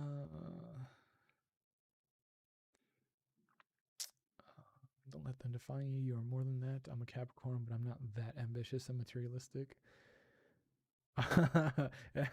Yeah, it's funny. I'm glad you're giving a chance to painted nails. I love your manicure ASMR video. Thank you. Yeah, I don't know. It's kind of fun. It was weird. Like when I first got them done, I noticed that like my fingers were like more sweaty, or like I don't know. Maybe it was just like one of those like phantom senses, but like it felt like as soon as I had like a top coat, like that, like my fingers were holding more heat for some reason. But it doesn't really happen now. It was just kind of interesting. Like when I first got them done, I'm like, why do my fingers feel like this? What the hell? But I know I definitely like the aesthetic. I like how it makes my hands look, especially with the tattoos and stuff. It just kind of works. Do you date boys too? No, I don't. Sorry. Um, how have you been during all this, like the pandemic and stuff? I've been, I've been okay. I definitely won't like try it and lie and say like, oh yeah, I've been great. Like, no, I've definitely had some very tumultuous. I don't even know if that's the right word. Uh, um, mm, Days and weeks at a time for sure. Um, and I usually kind of get that out when I'm alone. So either at the gym or by myself, like at home. Um, or I found ways to kind of like get over it by connecting with other people, or just playing games or doing things that make me happy. Um, uh, Playing in virtual reality in a game called VR Chat has definitely helped with that over this entire time. Especially during the quarantine time when everything was locked down. In virtual reality, you can connect with people and spend time together and hang out and um, have fun experiences. So that's definitely helped a lot too. Um, but yeah, I think overall I've been okay. It's been an interesting time to reflect for sure. Now, not because things have kind of really slowed down, with either work or um, social experiences, social time. Like, it's really kind of put into perspective my priorities and really kind of highlighted like what goals do what do I want to accomplish going forward? What kind of goals do I have, or what lack of goals do I have? Um, it's definitely been interesting for sure, but not all bad, not all bad, but not all good either, for sure. Being a Pisces during this pandemic has been a struggle. Yeah, yeah, I can definitely agree with that. It's been interesting. Um, because like even if you wanted to go out, right, or during those couple months where everything was locked down, even if you wanted to like even if you're an introvert, sometimes you want to go out, right? Like you just want to you know get just go out every now and again, but you couldn't. So it's like, well, fuck, can't even like do that. Um, I don't know. Yeah, it's been interesting. It's been interesting. My nails being painted make my fingers hotter. Oh, okay, that happens to you too. Sweet. I do believe one becomes more decisive with age and experience. Yeah, absolutely, absolutely. That's definitely. Um, I that's one of the things I've kind of come to terms with, or come to start seeing, is how different I am at 31 than how I was at 21. Um, I always like to think that I kind of made like a pact with myself that I wouldn't change as a person, as I got older, that I would remain the same in some like core aspects of who I am. And I like to believe that I've kind of held to that. Um, and that I'm just a wiser version of that kid who made that decision with himself. Um, but in a lot of other aspects, I'm very different than when I was at what I was at 21. My obviously I've got way different priorities now. I actually like, at 21, I had no fucking idea. I had no idea that I would be where I'm at right now. No idea. I think at 21, I know I wanted to just be an artist. I wanted to be creative in some aspect. Back then, I used to just sketch. I would just draw in notebooks, and because that's the only real technology that I had available to me. I didn't really know like how to, like, I don't know, live stream or do anything like that, or if that even was a thing back then, which I don't think it was. Uh, but yeah, I don't know. I was just an artist in the military, who just joined the military just so I can get college money, and just enjoying life on my own, not living with my parents anymore. Obviously, at 21, it had already been a couple years since I had moved out. Because like literally, as soon as I turned 18 and graduated high school, I was gone. I was like, okay, cool. I don't have to rely on my parents anymore, or I grew up with my mom, so I don't have to like burden her anymore by being there. I'm getting the fuck out, and I'm gonna be one less child in her household. Even though I kind of burden her more, because it was more stressful for her mentally, knowing that her child is in the military, out in some foreign country. But it was one less like physical burden in her household. So I was like, I'm gone. I'm ready to freaking go start my life. Be and survive on my own. Pay my own bills, buy my own things. I'm ready for that. Um, but yeah, so just at 21, I didn't know what I wanted. I just know that I wanted to figure out how to be an artist, or be creative and make money doing that. But I was still early in my military career, and I had no idea where that was going anyway, or what life was going to look like at that point, or after I had gotten out later. Yeah, I had no idea at 21. Yeah, God, if I could go back to my 21-year-old self and like tell me like where I'd be at, I don't even know how I would react. I'd just be like, what? No way. Shut the fuck up. No. How did I even, it's like, how did I even get there? Like, what?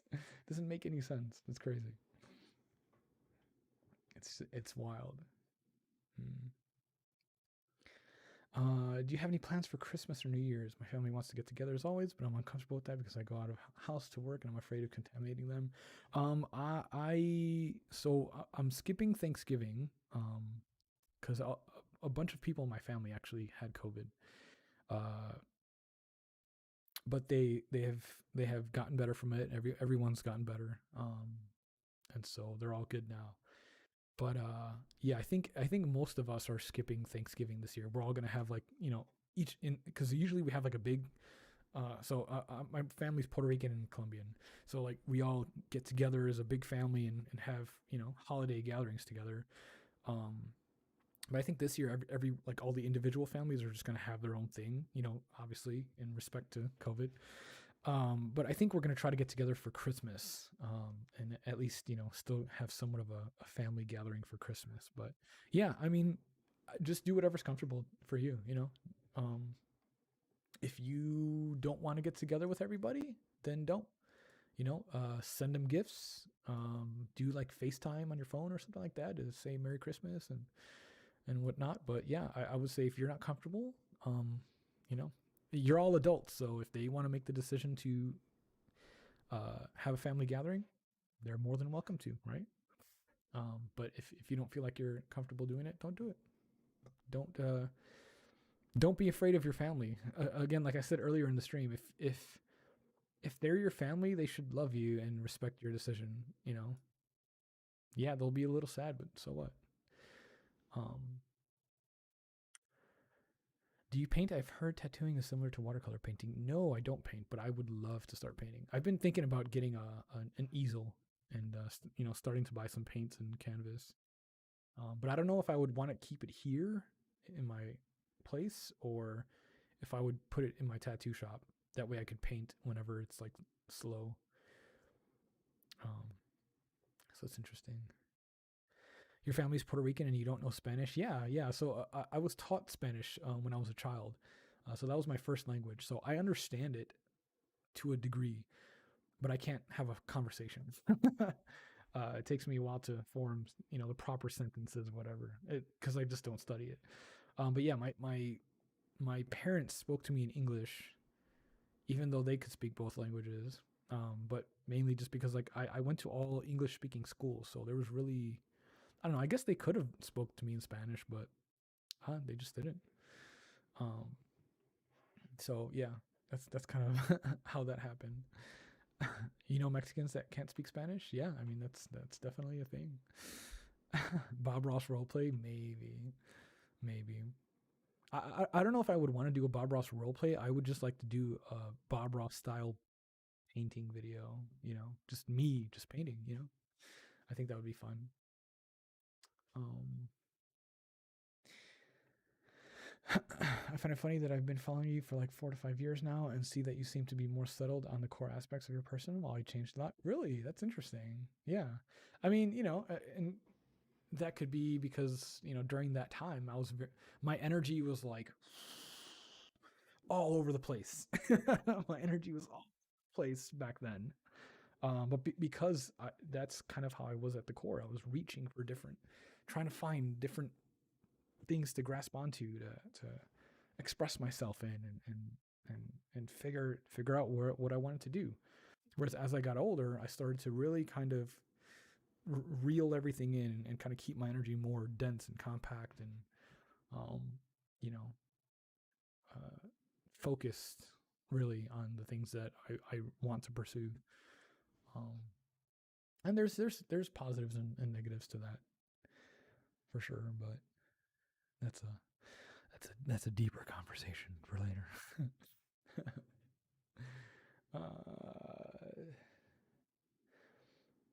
Do you know what type of attachment style you are? I don't know what that means. Explain. Egg-splain. Scrambled style. I miss college. I was supposed to transfer to a 4-year, but then the pandemic hit. I'm a caregiver at home. School was the only place I could get away for a few hours. Wow. That's got to be an interesting situation. Because like then you're just stuck at home all the time. There's no way that you can get out. And I can only imagine online schooling sucks. Like fuck that. I let me go to a classroom, with other students and a cafeteria and a hallway, and like let me. School is just so much better that way. I feel like. Casey, thank you so much for the $4.99 super chat. Thank you, thank you, thank you, thank you, thank you. Mwah. Thank you so much. You guys get kisses if you super chat. just throwing that out there.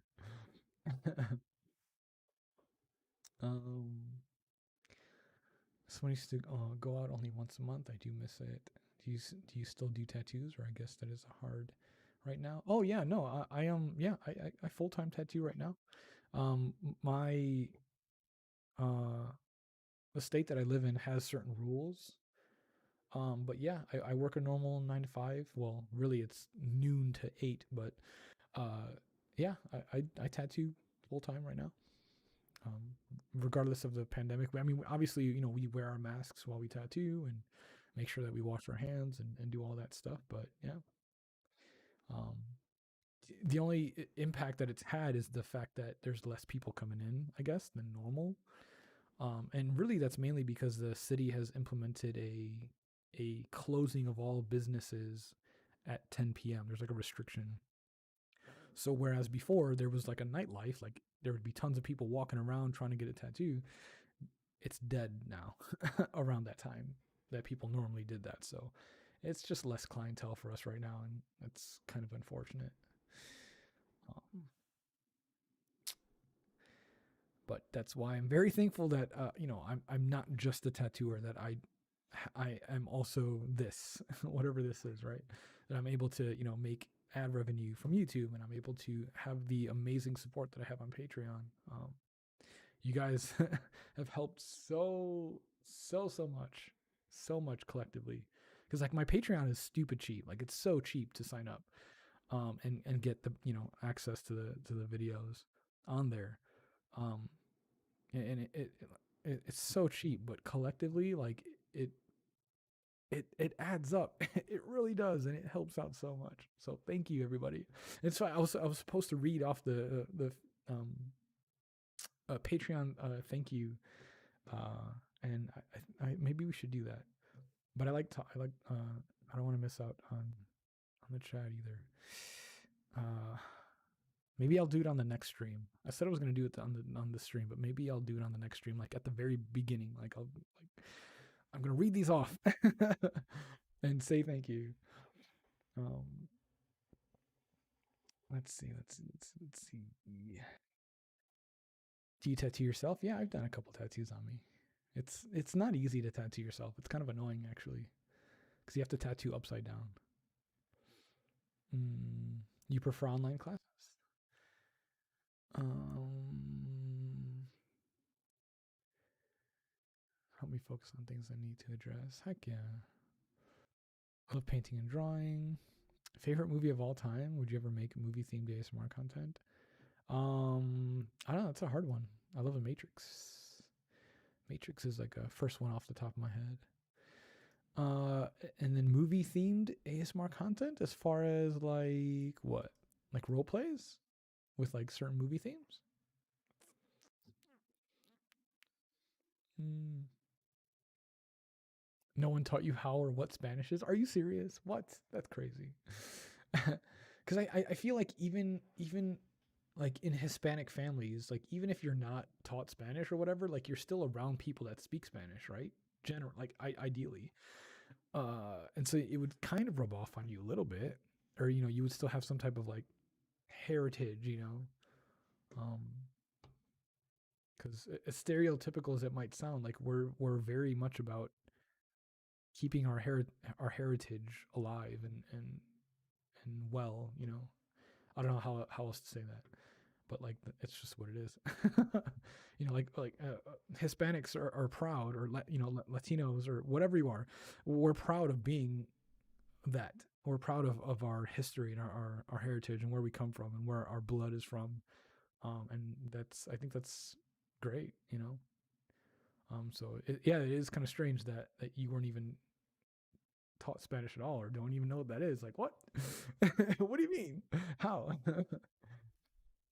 You have the same beanie? Yeah, I love this beanie. It's from the brand Neff, Neff. They're really comfy and stretchy.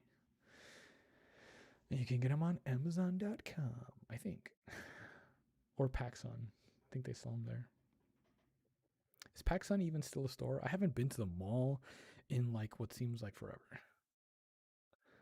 Like absolutely forever. Brazilians have beautiful accents. Yes, they do. Absolutely. A Sweeney Todd roleplay would be cool. Personally love shaving or foam sounds. Yeah. And so I guess maybe that kind of goes back to what I was talking about earlier, where those kind of movie role plays require a lot of setup.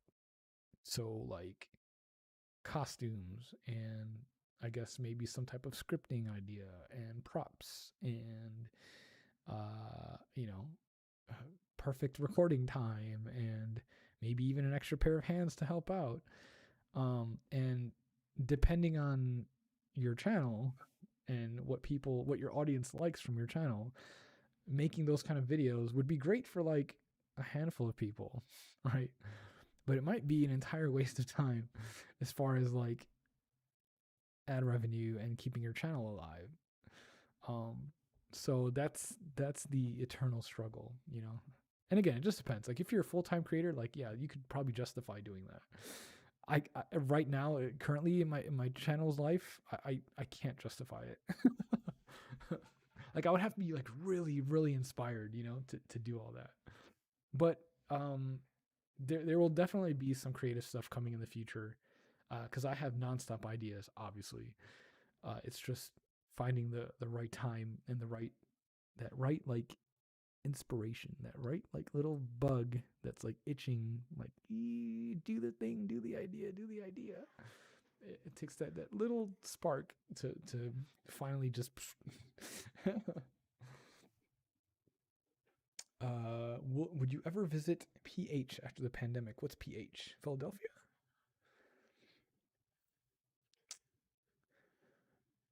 Pennsylvania? I think I've been there before. I would like to go on another. So if you didn't know, back in 2016, I think I did a meet and greet tour um, throughout various different states here in the U.S. and it was very fun. I enjoyed meeting all of you that I met in person and gave a hug to and said hello and learned a little bit about you. I would love to do that again. I would love to do that again. So yeah, I don't know, you know. We'll see. We'll see. Philippines? Oh, Philippines would be great. I need to get a passport though. I used to be able to just use my military ID as a passport, but I can't do that anymore. So I got to get like a proper passport. Proper passport. Passport proper. Proper. Just come to Nebraska. If you do, never been to Nebraska. Nebraska. You seem like such a cool person IRL. It would be so amazing to meet you. You have such a wonderful down to earth vibe. Thanks. I'm pretty chill. I'm kind of a dork. The Philippines is a really beautiful place. That's what I've heard. I've met some really nice people from the Philippines. Um, and you guys have a very fantastic dish, probably one of my favorite dishes of all time. It is called sinigang. Sinigang. Specifically chicken sinigang. Pork sinigang is okay, but I'm not that much of a fan of pork. But chicken sinigang is delicious. So good. It's like a sour kind of soup. Oh, it's so fucking amazing. I wish I could find a place that made it. But I usually had a friend of mine make it like hand, like prepare it there right in front of me. Um, but if there was a restaurant that had that, oh my god, that would be amazing. How does the military ID work for international travel? I mean, I don't know. It just acts as like a passport. Um, if that makes sense. I don't really know. Like, all I ever had to do was just show it and show like my orders or whatever for like wherever I was going to, and then like they would just let me buy. A chicken adobo. Oh yeah, for sure. Um, the meet and greets was right before I found your channel. Oh no. Yeah, like I said, I'd love to do it again. Eventually, someday. Eventually. Oh, you can cook it, L? Oh, yo, I'm coming over. I would love some sinigang. Whenever I go visit up north, that'd be fun. What's your guilty pleasure? Depends. One could argue that the gym is my guilty pleasure. But I guess that's not really. I don't feel guilty about it. Um, I don't know. I like Twilight a lot. For whatever reason, I'm a big fan of Twilight. That's like a guilty pleasure. I frequently watch all of the movies. Is that a kookster? Is that a kookster? Hello, kookster. Kookster. Hi. What's up? Long time no see. Like a multi-pass from Fifth Element? Yeah, basically. That's what a military ID is able to do or act as for sure. Hmm. But yeah, if anybody knows of a restaurant that has sinigang, I let me know because I would love to go visit and indulge. Can you say mahal go? I forget what that means, but I know what mahal. What is it? Mahal kita? Mahal kita? Is that like a thing? I think that means I love you in in um in what language is that again? I forget. There's a name for uh the Philippine language. Is it it's not like what language do you guys speak there? Is it it's not Filipino, is it? It's not a language. It's there's a name for it. Fuck, I forget. Um you have all the movies and all the books from Twilight. Nice. You only joined to ask a stupid question, but do you like Paris? Yeah, I love Paris. I've seen them multiple times, actually, in concert. Oh, Tagalog. Yeah, there you go. That's the language. It's it sounds stupid saying Tagalog because it's I don't think that's how you pronounce it, but Tagalog, um, I think is how you pronounce it, right? Um, but yeah, I tried to learn it a little bit when I had a bunch of friends from the Philippines. Um, I tried to pick up little things here and there, but I've long forgot it. Long forgot it. It's been a while. Um, but yeah, mahal kita. What is mahal ko kayo? What does that mean? I say it better than you. What do you mean? Tagalog, Tagalog. But you have to say it with like an accent. Tagalog, Tagalog. Like Tagalog. I don't know. Whatever, dude. um, I've seen Paris a tremendous amount of times. Hell yeah, Lynn Gunn is the shit. Yeah, she is. She's great. I haven't listened much to their newest music. I know they came out with like some new stuff recently. I just haven't like had time to like sit down and listen to it and absorb it. You know. But yeah, I'm a big fan of like early Paris stuff for sure. Would you say you've developed your own unique art tattoo style? How long do you think it's taken you? Well, I'm this January will be my 3 year mark, and I still think I'm way too early on to decide or tell if I have a certain style. And I think that's mainly because I don't really have clients right now that come to me for my style. I don't really get a lot of clients that are like, "Hey, here's my idea, draw something for me." And just come up with something cool. Like whenever I start to get clients like that, or whenever I can convince people to start doing that, is when I can start developing my style, because a lot of clients come in and they want exactly some, a duplicate of somebody else's tattoo, or there's, they say, hey, yeah, you have creative freedom, but then they really don't give you a lot of creative freedom. You come up with something that would really work and really look cool, but then they're like, oh no, I don't like this, I don't like that, I don't like that, and it's like, well, fuck me, right? So much for coming to me for my art style, but I get it. It's your body. You want, it's going to go on you for forever, and obviously it's a collaborative effort, but you should trust your tattoo artist, right? So I think it's still too early on to tell what my style is. I know I do enjoy doing a lot of bold lines, color, nice color blends, stuff like that. I'm kind of experimenting now with mixing black and gray and color.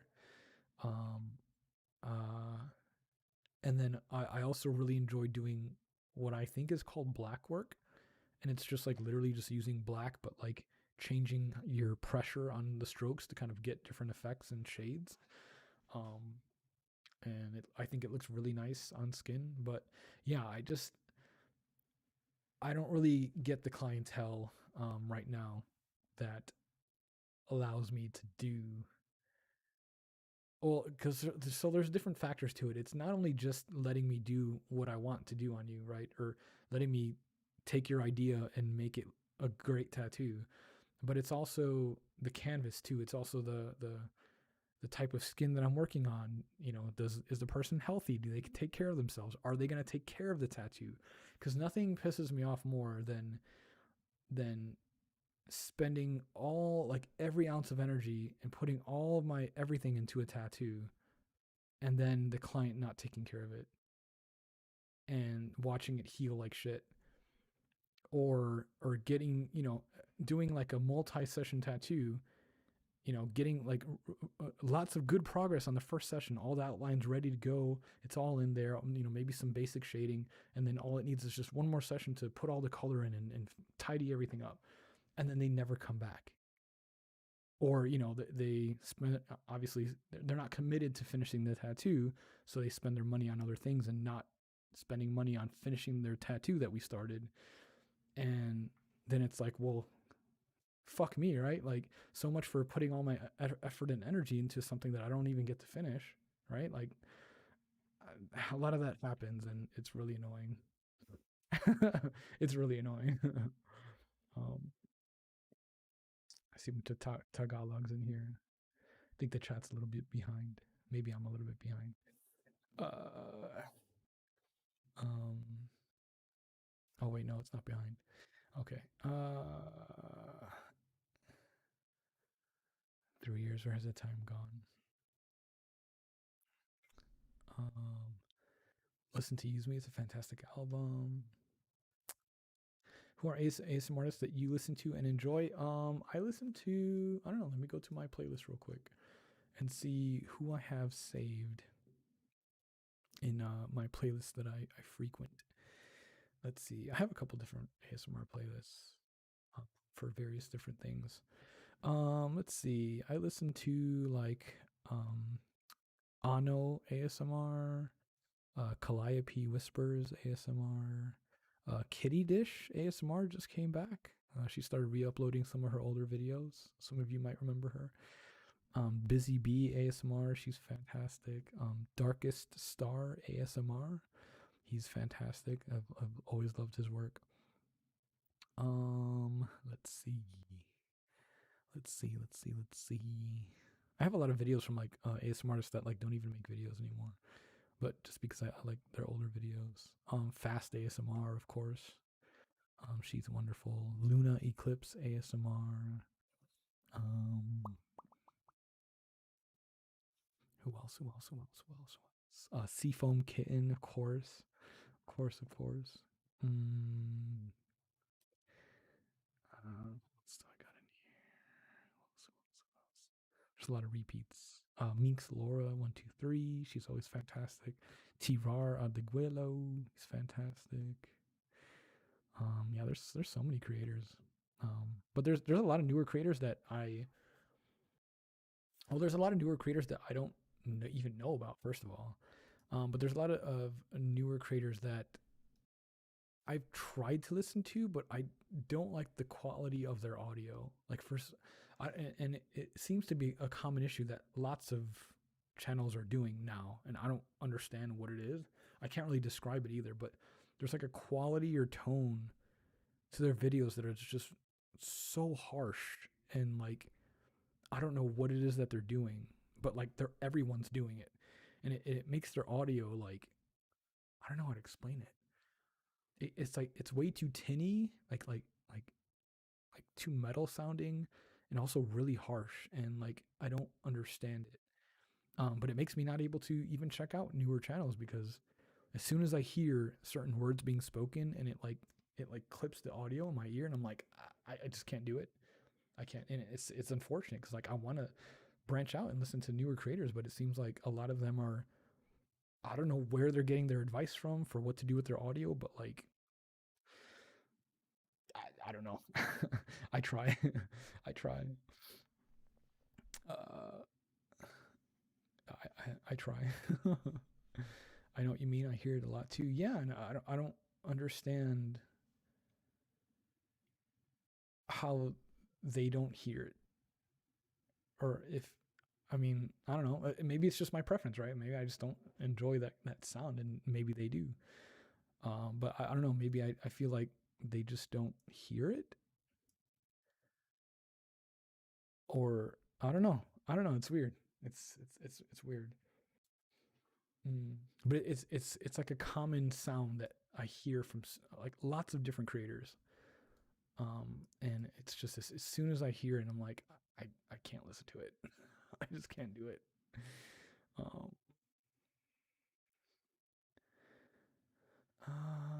let's see.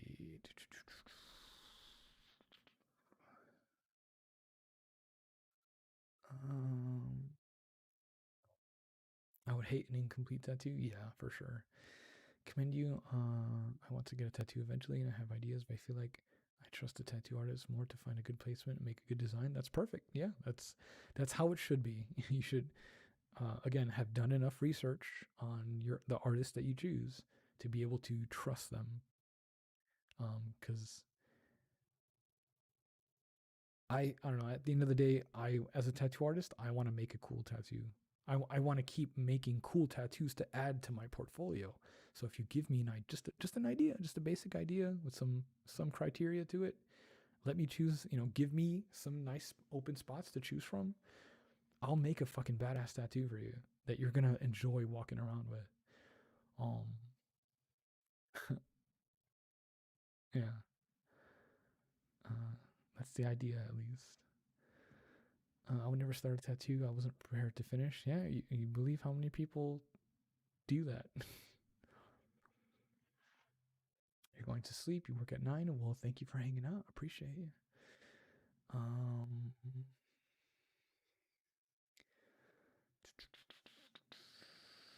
let's see. White Rabbit ASMR is amazing. Never heard of them, but I bet they are. Um,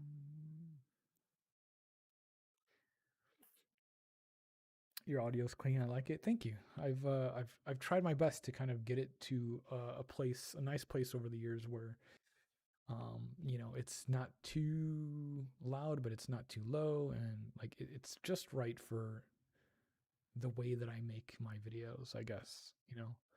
Um, there's just enough headroom to where you can increase the volume if you really want it loud, or if you want to keep it at a normal volume, you can still hear the sounds really nicely and crisply, um, and hear the sounds that you need to hear, hear the sounds that I want you to hear, instead of just, you know, uh, taking your audio and normalizing it so that everything is heard, instead of just the parts that you want to hear, like there's a science to it. There's, it, I guess it just takes the right ear to kind of know what you're doing when it comes to audio editing. Um, and I don't know. Yeah, it just seems like there's like some tutorial or something that people are following that is making all their audio sound the same, and I can't do it. Playbox was amazing. Yep. Yeah, it was. It'll come back. I do 1 minute ASMR on the TikToks with just my phone. That's cool. Like they're trying to get softer sounds, but without adjusting properly for louder things. Yeah, exactly. It's like they're taking all the lower end of their audio recording and like raising everything all together instead of just the lower parts, or I don't know. And I feel like if you have your settings correct before you hit the record button, you shouldn't have to do all that stuff post audio. You shouldn't have to do that much effort post recording to get it to sound right. Like you should get all the settings tweaked correctly. How close am I going to be to the microphone? It's different. And so you need to adjust it accordingly before you hit the record button, not try to fix it afterwards. Like, I don't know. It's little stuff like that I don't know. Maybe, I don't know. I don't know. I can make all kinds of theories or whatever for what's happening, but who knows? Personal opinion, but I think Gentle Whispering has some of the best audio I've heard. Yeah, she has great audio. As she should, right? Like she's like the freaking queen of ASMR, right? Along, up there with Heather Feather. So like, yeah, I would hope that she had her audio as awesome as it already is. I would expect nothing less, right?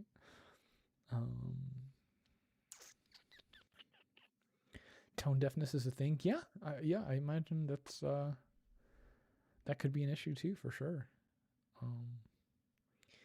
Are there any new hobbies or anything that you want to try? I don't know. I think I said painting earlier. I definitely would want to try that and get into that for sure. Or just get back into making videos. I really just want to like get back into YouTube again. To be honest, I feel like I've been away for too long, and I come back, for a little bit, and then like I go away again for a while, and again, it's because I'm at the mercy of my day job, right, and whatever energy that I have left for that. But I've been trying to fix that lately. I've been trying to like make a conscious effort to figure out what I need to do to be able to do both, So, it's an active work in progress.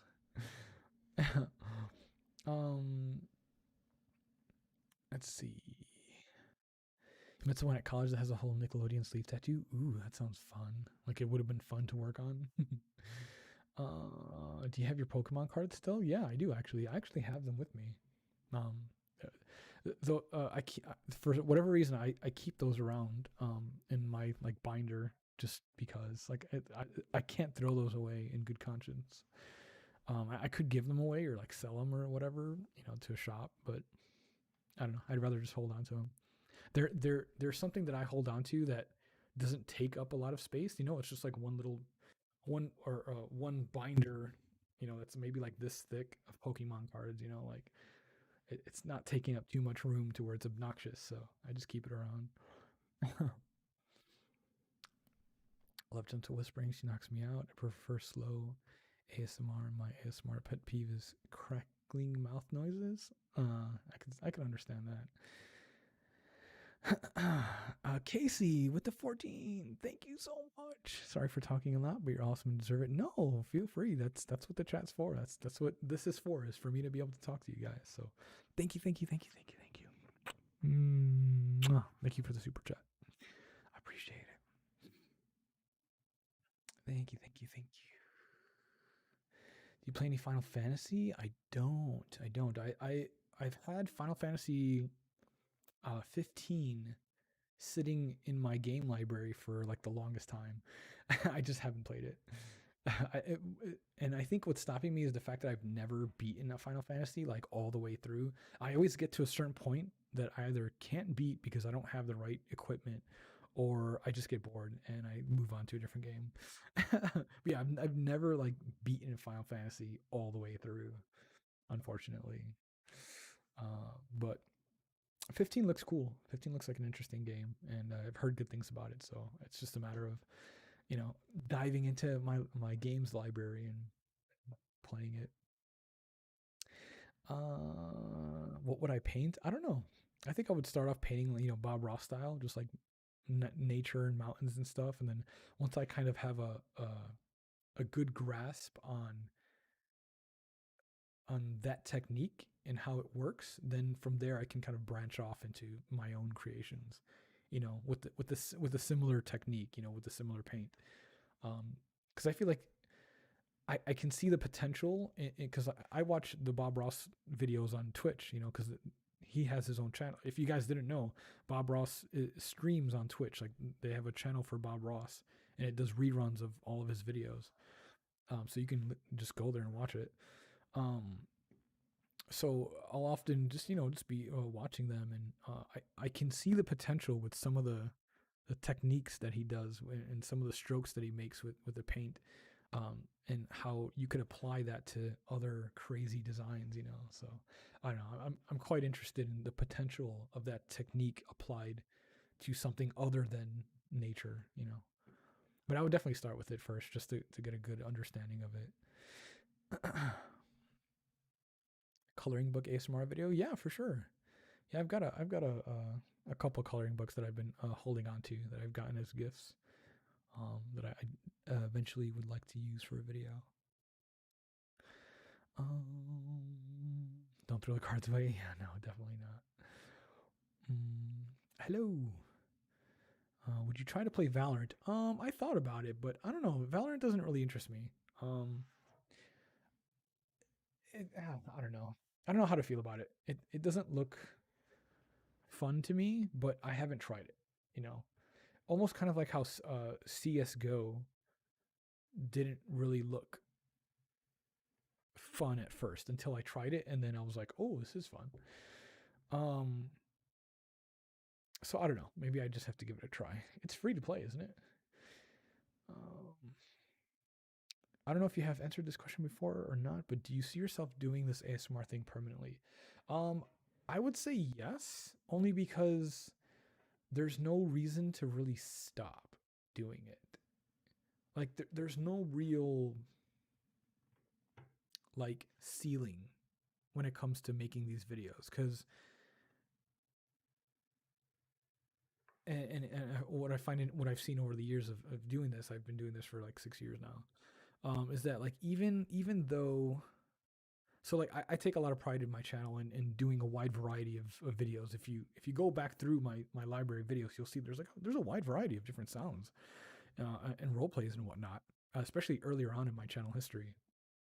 Um, but you start to notice that your audience likes to ask for multiples of the same thing. And at first that kind of confused me, like, why? I made that video already. Why would you keep asking for me to do it again? But I can understand now that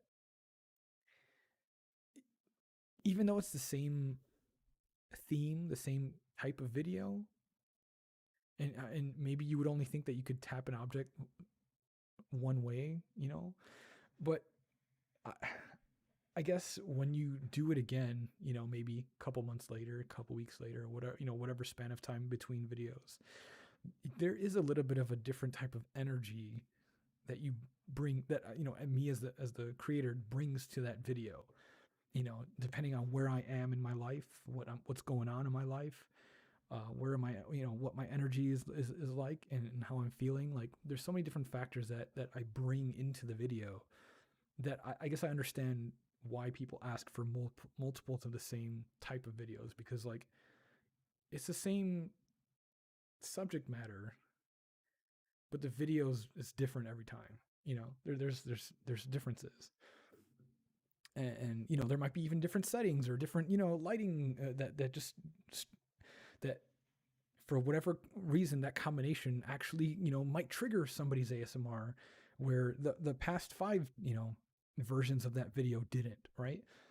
Because ASMR is more than just sound. It's visual. It's a combination of sound and visual that can trigger that feeling, that tingling feeling. So I get now, because like I said, I used to in the beginning not understand why people would ask me to make the same video.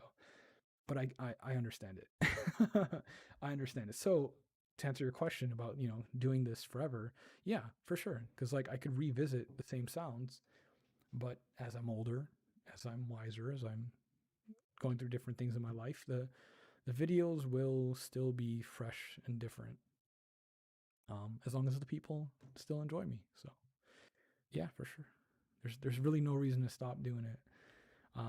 There might be more time in between videos as is the way that it is now, but um, I think it makes the videos worth it whenever they do come. Um, makes them more appreciated, I guess. Who's your favorite Pokemon? I'm a big fan of when it comes to starters. I like Bulbasaur. Obviously a big fan of Pikachu. Um, I really like Lugia as a legendary, and for like regular ones, I like. Well, I really like Cyndaquil too. But I like uh,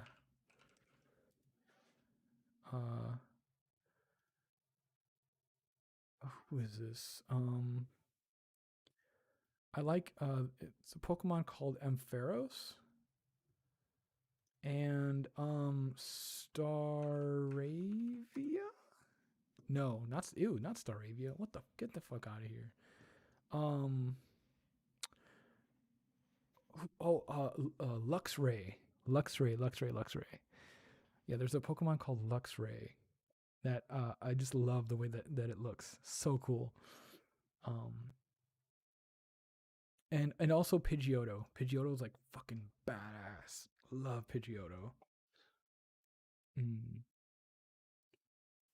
What languages do you know? I just know English, and I understand Spanish, but um, I can only speak a little bit of Spanish.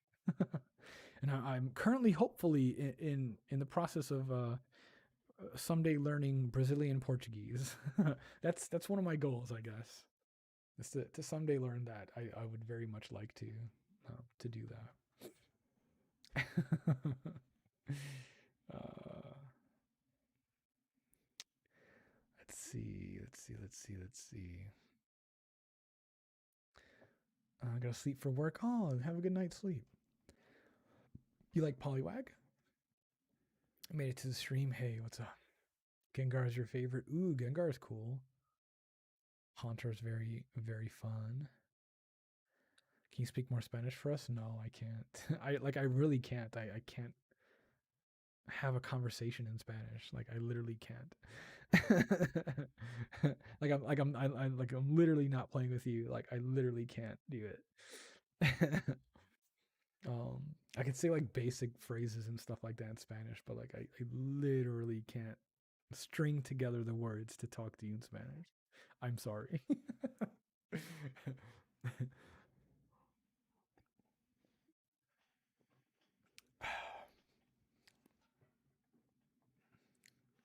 Just got here. Hello. Hello.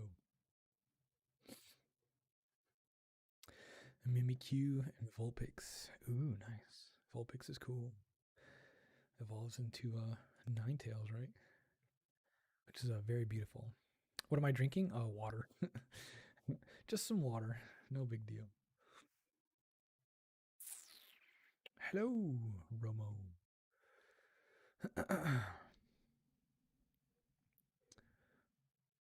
Have you watched La Casa de... No, I don't think I've ever watched that. I think the only novela that I ever watched, or that my mom watched, and I just happened to, always hear it in the background, was oh, Maria del Barrio, right? Is that what it's called? Maria del Barrio, I think. I think that was the show. Do any of you guys know that show from like back in the day? And then there's a show that I don't know if it was that same show, but like the ending, I remember the ending, the song. It was like Se acabó, se acabó, se acabó. Something like that. If I can look that up. Se acabó. Cabo ending. It was by Lucia Mendez, I think, right? What was it? What was it? The ending? What show? What show was that the ending for? Um, ending song. 1995 drama. Are you wearing socks? Yes. Mariela. Um,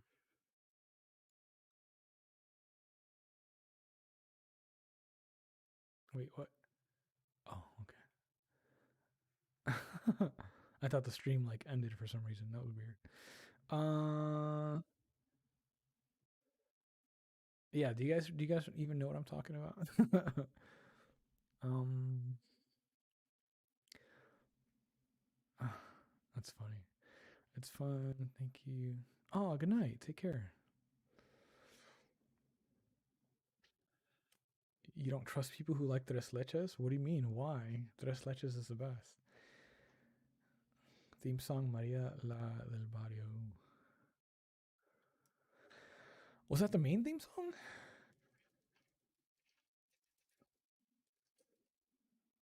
La del Barrio. Hmm.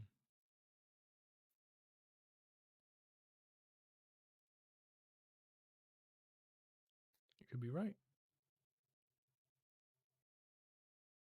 No, I'm thinking of the it was whenever the show was finished. The Lucia Mendez song would play. I think that's the one. I have to listen to it later.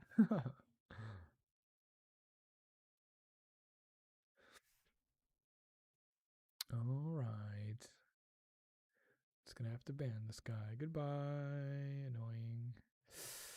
Let's see. Report. Bye. Bye. Don't be rude in chat. You're literally the only one.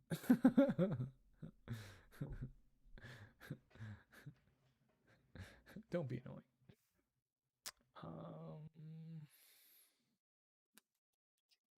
How old are you now? I'm 31.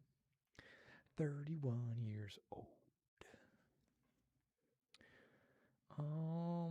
Do you play Animal Crossing? I do not. I used to have a Switch, but I haven't had one for quite some time now. Actually, a couple years. I bought a Switch and I played Breath of the Wild and a little bit of Smash, and then I sold it shortly after that. So no, I've never played an Animal Crossing actually. um, it's kind of like one of those. It's kind of like Minecraft, where I don't get the point of it. Like I can't make my own fun with it with just gathering things. Like there has to be like a purpose or like a something more to it. Um, one could argue that all World of Warcraft is just gathering stuff. Kill X beast and gather their bones, and here's a reward. But I don't know. There's a lot more to that game than I think. And I don't know. uh, Favorite Naruto theme song? Oh, there's so many. There's so many good ones. It's hard to choose. You have any plans for upcoming videos? Nope. Nope. I don't. I don't plan any of my videos, and I think that's part of what makes them good is that they're all just impromptu for the most part. Like I may have an idea um, in mind, that I might go over in my head a couple times, like, oh, okay, I kind of want to do this in the video, or I want to maybe do this, but I just do it. I just pick something and I do it. Whatever I kind of feel the energy for and kind of just let it happen. So yes, I do have a like list of ideas and stuff always, but I usually just end up going with what I feel like at the moment. uh, I think that's what makes them mine. Um,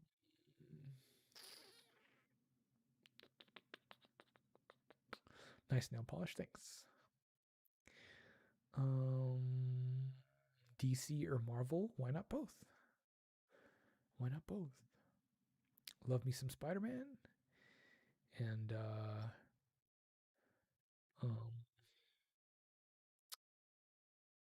don't know. As far as DC goes, like Batman. Batman's my dude. Batman's my dude. Can't go wrong. And then X-Men, of course. X-Men is great. I've been watching your videos since 2016. Hey, been around for quite some time.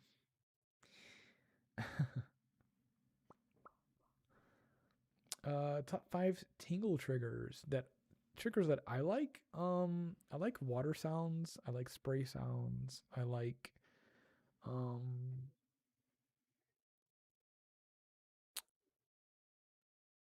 guess haircutting sounds too. Comb sounds, like where you take a comb and kind of like scratch it against the camera, if that makes sense.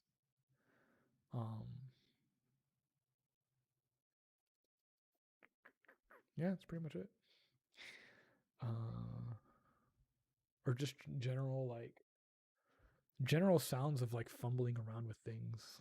Like, I don't know if that even makes sense. Anything that helped you cope during quarantine? Mine was Jackass. Mine was VR Chat. It was a game called VR Chat.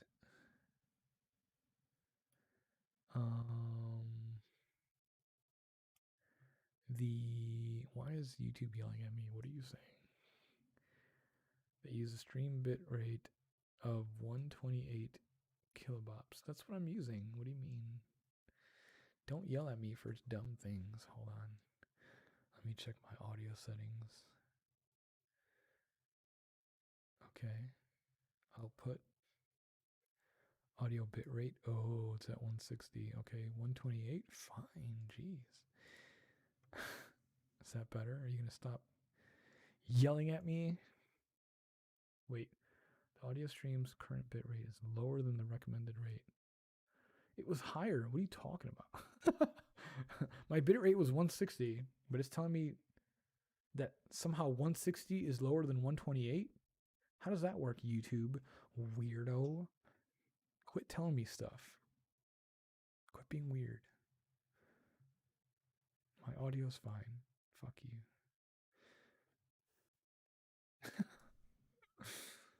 Hello, Raven. But yeah, VR chat was a huge help during the quarantine for sure. Led me to being very creative and meeting a lot of really cool people. If you know what VR chat is, I've built 2 worlds in there actually that you can go search up and hang out in now. One's called Pudding's Attic, and the other one is called Saga, SAGA, Club Saga, or Saga Club, really. You can visit those. They're worlds that I built. Casey, thank you so much again. Couldn't help it. I had to come back to the live. Oh, thank you so much. I appreciate you. Thank you so much for the super chat.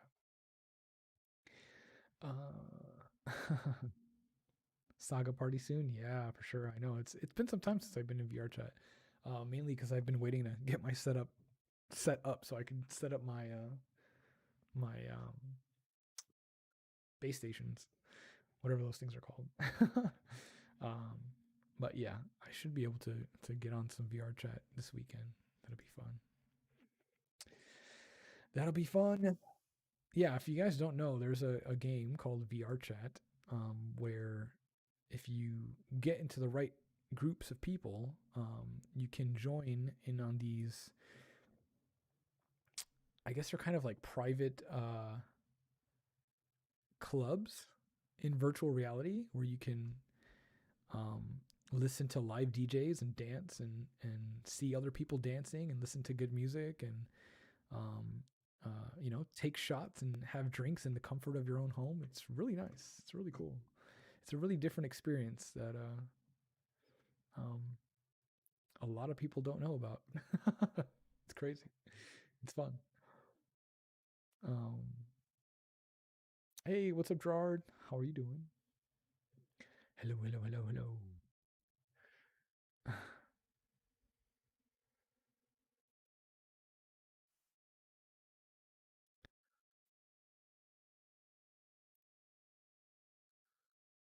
I miss being a VR raver. I'll continue to use the title though.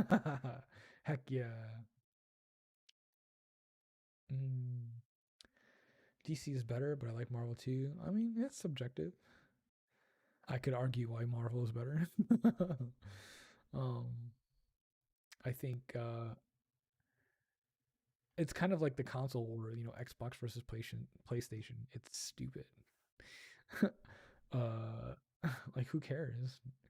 Like they each have their benefits. They each have their things that you don't like. Like it's just personal preference. No one is like actually better. It's just personally which one you like better.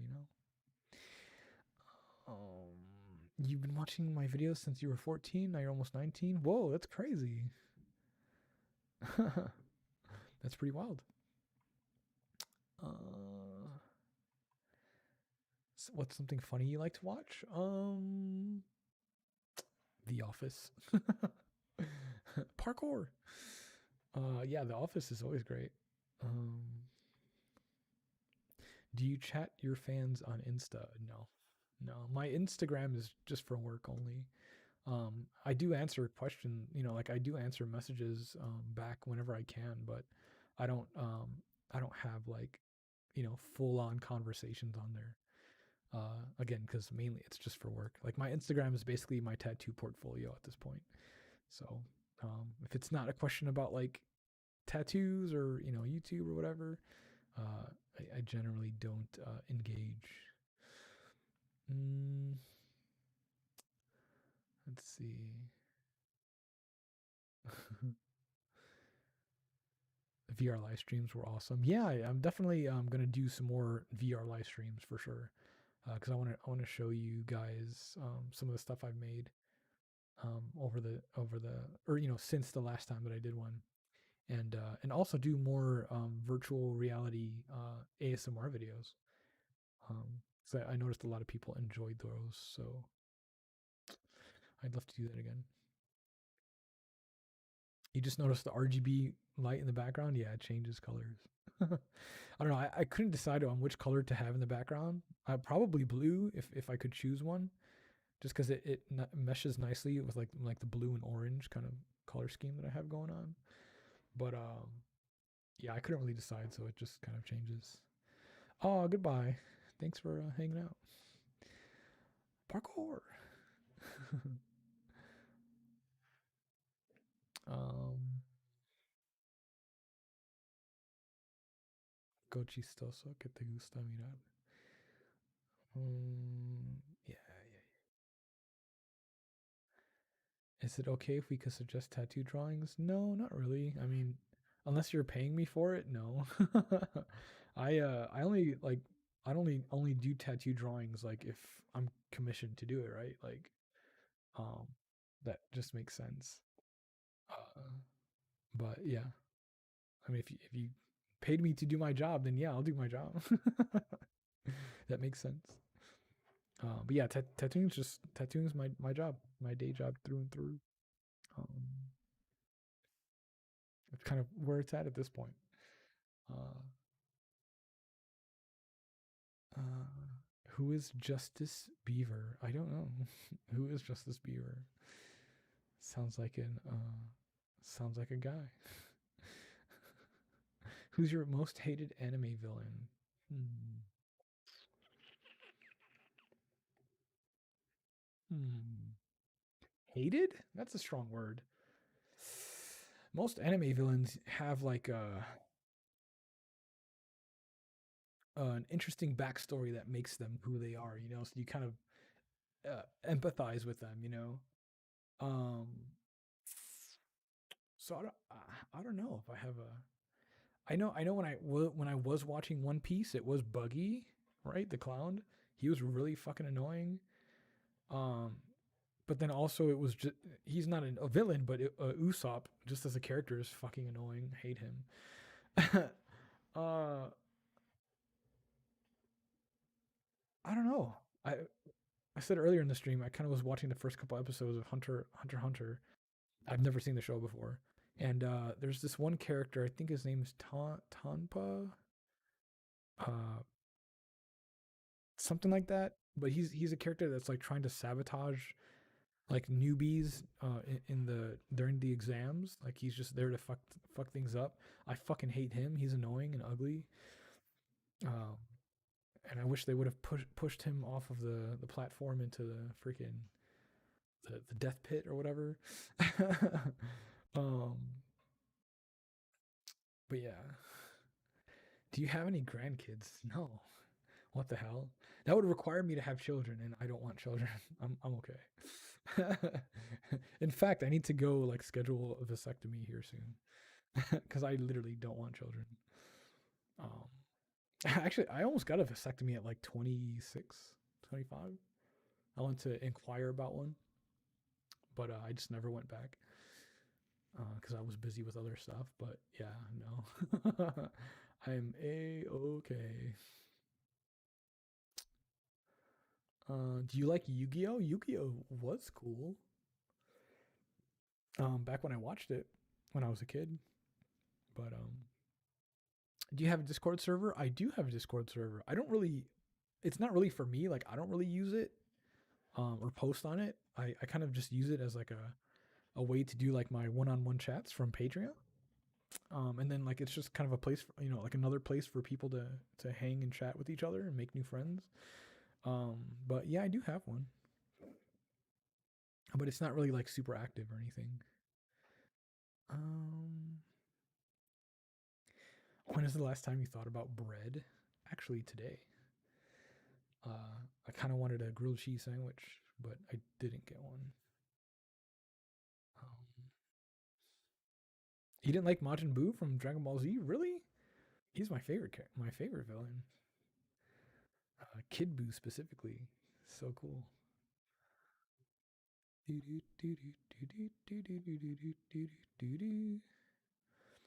don't want kids either. Tried to get my tubes tied, but I couldn't find a doctor that would do it. That's fucked up, man.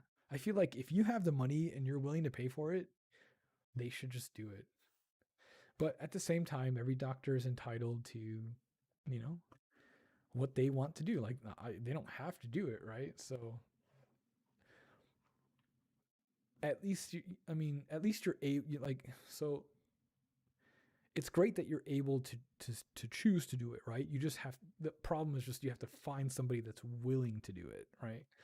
So I don't think the doctors are necessarily wrong, or how do I say that? I think it's okay for them to have the freedom to refuse you, right? That's their choice. They have the freedom to do that, whether you know you like it or not, right? But it's also good in tandem with that you can also just like you're not limited by the government saying no, you can never do it. Like you can do it. You just have to find like the person that's willing to do it, right? So that's good. Uh, so yeah, I wish you all the good luck in finally finding somebody that will do it. Um, yeah, I hope you do. Um,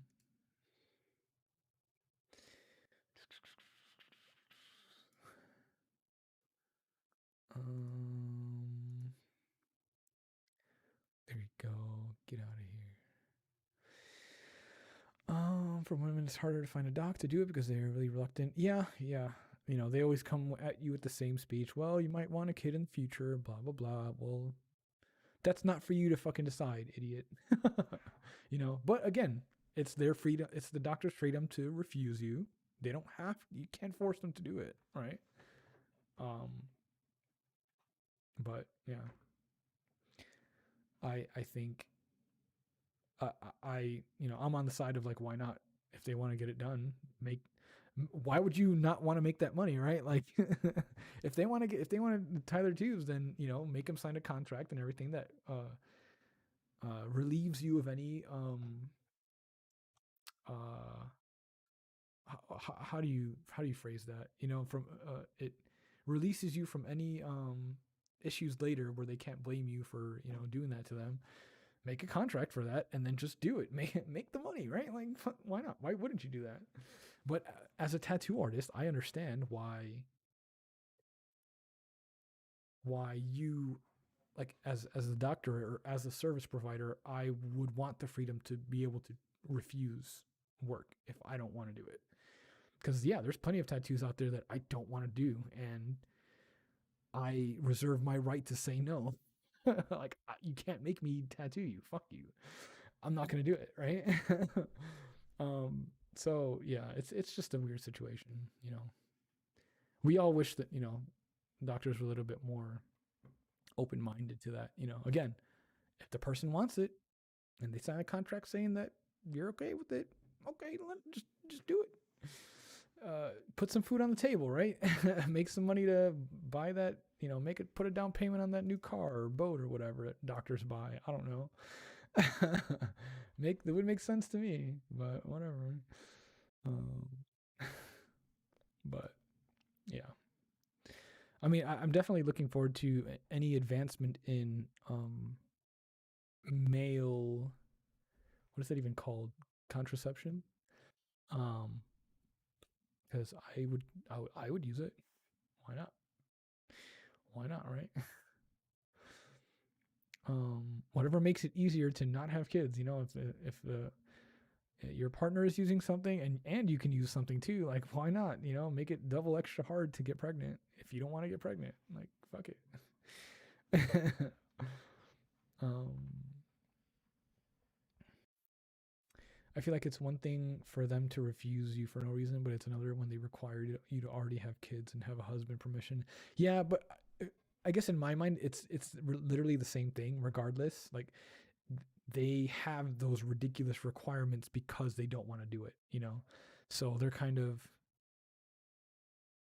kind of give you hope in that, like, oh yeah, I'll do it, but you have to do like 50 million things that's going to take you forever, and I'm already going to be like dead before you can even get it done by me, you know. Like, it's that kind of thing where, like, sometimes in a lot of professions, people will upcharge you for something that they don't want to do.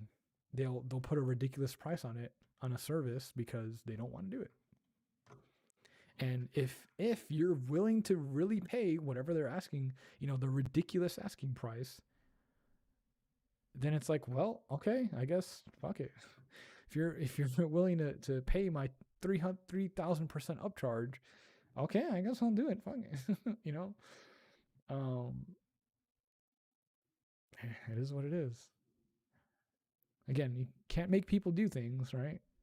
Um, just have to find somebody willing to do it. Can't you say you already have like 2 kids? Will they ask for proof? Oh yeah, of course they will. Of course they will. If they're already making ridiculous qualifications like that, of course they're gonna double, triple check into all of that. Of course. What does your tattoos from your hand mean to you? Which ones? Which ones? The knuckles or the hands? uh, good afternoon. Hey, what's up? Good afternoon. Good afternoon. Coolest tattoo you've done lately? I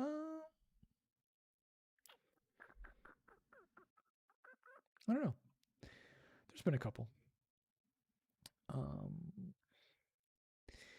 When did you first hear about ASMR?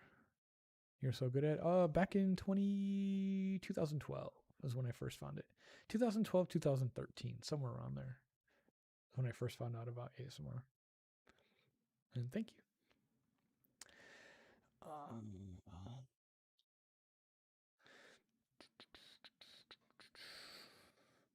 Yeah, try not to do the whole politics talk. We're trying to stream just to kind of get away from that, regardless of what side you're on. There's just no point in talking about it here. Yeah, we're kind of just trying to take our mind off of that, you know, while we're all waiting for that to kind of resolve itself. So, yeah. Do you ever want to have children? Nope. Nope. There's no Hmm. There's nothing within me that is like pulling me to want to spread my seed, if that makes sense. Like I have no like inner need for that, if that makes sense. You know, like some people are built to have children. Some people are built to like have a family, you know, and raise a family. I don't have that in me. Could I be a good dad? Probably, if I you know if I wanted to, but I don't want to. Oh. Mm. They make you jump through a million hoops so they're not liable if you do eventually regret it. But it's like if I do regret it later, that's on me. Yeah, yeah. But again, I there in my opinion, I wouldn't even bother wasting my time thinking about all that stuff, like of why they're doing it, because they just don't want to do it. You know, it's clear that they're making it difficult because they just don't want to do it. So it's like there's no point in wasting time even worrying about why or trying to figure out why, to just move on, you know. You know, it's one of those things where you know you can waste all the time of your life trying to come to some type of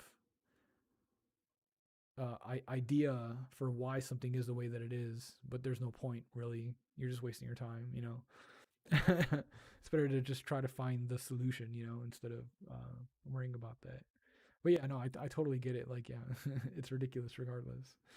Um, but I think also, and here's something interesting to think about, you know, maybe try to think of it from a different perspective. Why do you think that we have labels, warning labels on things, and almost ridiculous warning labels that are almost like dumb, you know, like why is there a warning for this? Like obviously you don't do whatever the warning label is saying not to do. And it's because somebody did the thing. Somebody was that dumb to do the thing. So it kind of trying to relate that to when you know the whole doctors thing, like perhaps there was a time where a lot of not vasectomies, but a lot of women were getting their tubes tied and stuff like that.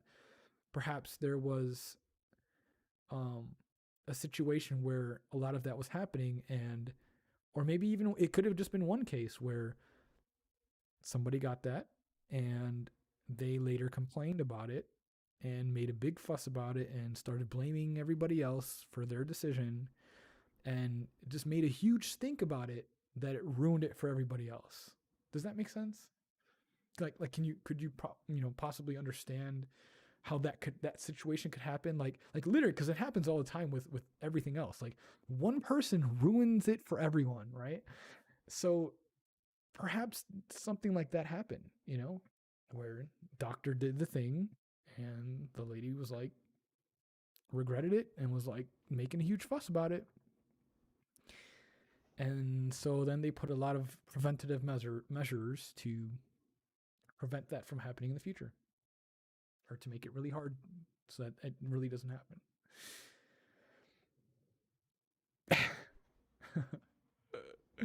So yeah, I don't know, that you know, just something else to think about. Again, why do we have warning labels on stuff? It's because somebody somebody really messed up and did the thing that was obvious not to do. They still did it anyway. This discussion is giving me Tide Pod flashbacks. Yeah, that's a perfect example. Perfect example. Do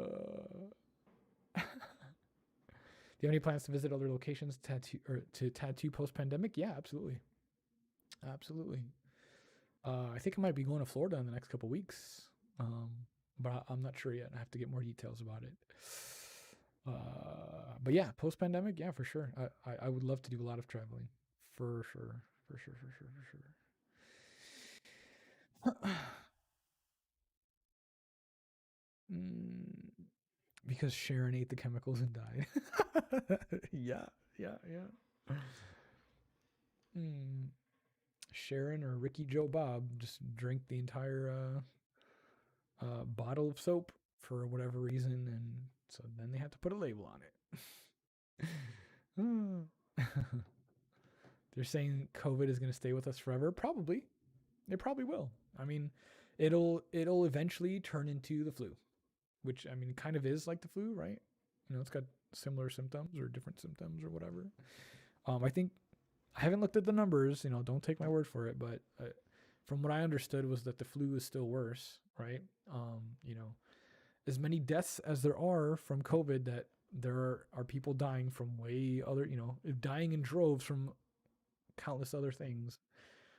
So yeah, it's bad. Obviously, we don't want people to die from it, but I think it will become the way of the flu, where yeah, it's just a new strain of the flu that people get their shots taken for every year, like they always did, and it's just the thing that you deal with. And again, this is another one of those conversations that kind of errs on the political side because people feel very extreme about it, but people are gonna die regardless. People are gonna die. It's that is life, right? Obviously, we try to do our very best to prevent it, but nature says that we are going to die. So we try to do all we can to find solutions and move on and um, mourn those that we lost and hope that those that we lost weren't because of uh, things that we couldn't control, right? Or I think I'm saying that correctly. So you know, we just move on. The world keeps spinning. The earth keeps spinning. We still have to keep moving forward and advancing our race as human beings. And you know, it's just the way that it is. People are gonna die from all kinds of stuff, from choking on fucking food to car accidents, to I don't know, lightning strikes and shark attacks. Like you try your best. You try your best. You use science. You make the antidotes. You make the shots, and you just do what you can. And but people have to die in the process. That's just how nature works. Like we literally can't get away from it. It's nature. It's the way of life. You live and you die. You live and you die. You live and you die. And um, people die in the process of evolution, of getting better in a thing. You know, there's no way around it.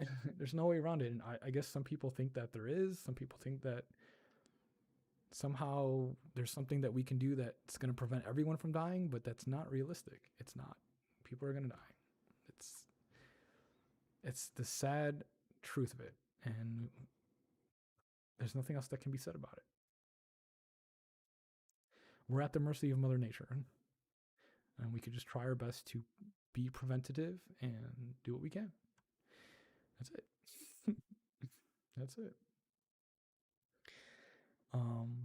And yeah, you know, you can't blame those people that feel very extreme about it, and they're like, we don't want any deaths from it, you know. And I get it. I get it, 100%. You know, um, just try our best. Just try our best.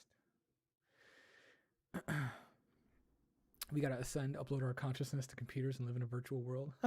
Becoming waifus, it's the only way. Yes, yeah, I agree. No, I mean, I would totally. I don't know. I would definitely give some thought to, uploading my consciousness to a somewhat, non-organic body, right? Um, that seems like the natural progression of things. Um, as we evolve, because if you try to think about the human race, hundreds of years from now or thousands of years from now, eventually our sun's going to turn into a red giant and consume everything, and so inevitably we have to start looking at new homes other than this planet. So how are we going to survive in space? you know our organic bodies are so fucking fragile, and we have not evolved to live in space. So it seems like the logical progression would be to become inorganic life forms. Cool. I'm down. I'm down. Sweet.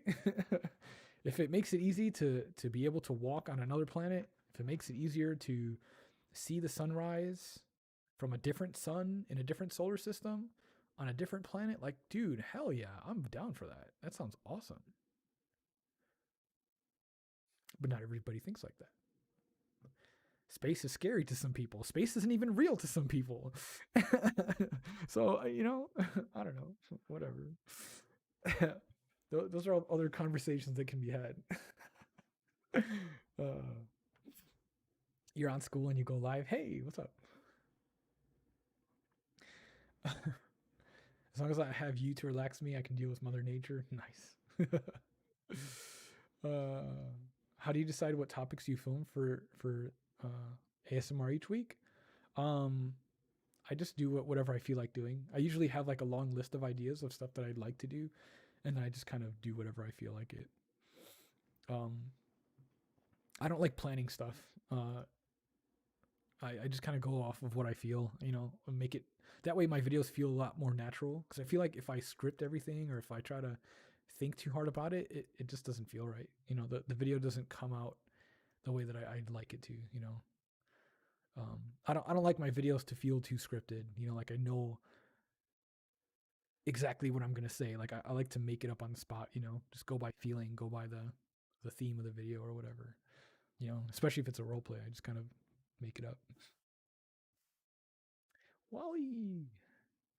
I've actually never seen Wally like all the way through. I've seen like bits and pieces of it, but I've never actually like sat down and fully watched Wally. I need to do that. I've been needing to do that. I need to go now. Well, thank you for hanging out. I appreciate you. Yeah, I'll probably be going in a little bit too. It's been like 3 hours or so. Wow. It's easy to like sit here and talk to you guys, right?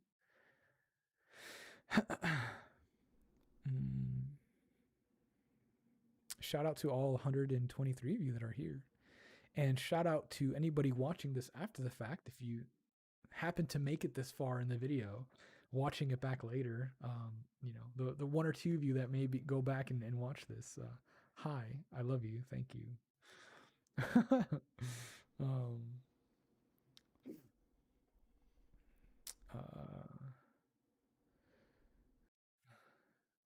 Candid shit is the best always. Yeah, absolutely.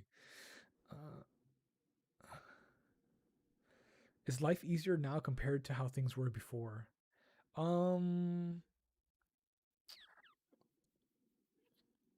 No, I wouldn't say easier, and I don't know if things ever get easier. I would say life was a lot more simple than like a decade ago, or maybe more than a decade ago. Like back in the 90s, things were a lot more simple, or simpler than they are now. And then, in the 80s, things were even more simple back then, as far as like the way of life, that generally people lived. Technology makes things more streamlined for sure, but I don't know if it necessarily makes it easier. We almost get it's almost like that saying, more money, more problems. But in the sense of like technology, like where we get better technology that makes certain things easier, but then we also get a whole set of new problems that come with it. So yeah, I don't know. Maybe that's just evolution, right? That's part of the human condition. That's part of what we need to go through as a species, right?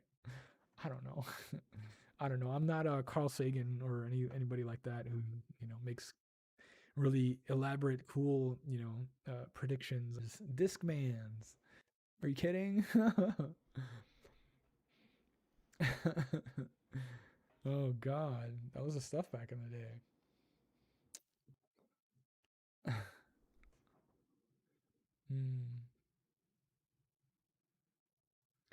Are you going to be streaming every Thursday? No. I don't know if I've ever said that. Technically it's Wednesday for me. Well, I mean, I guess well, technically it's like it's going into Thursday, but like it's still Wednesday for me, right? Like Wednesday evening going into Thursday. So no, I don't know. Maybe I could if that's something. I don't know cuz like I'm trying to do this like frequently. Frequently throughout the week. But I guess it depends on how well people engage, you know, with this content here. Like if it seems that like my subscribers are enjoying this, then yeah, I'm going to continue to do it, of course. But maybe not. If not, then I'll do it maybe a little bit less frequently. I don't know. I'm just testing things out right now. Like who knows? But yeah, at least once a week for sure. And I'd like to get back to making videos once a week as well. Like, you know, ASMR videos. So I don't know. I don't know. I don't know. I don't know. We'll see. We'll see. It's Thursday going into Friday there. Wait, what? Where do you live? Why are you so far into the future? Why are you so far into the future? What the heck?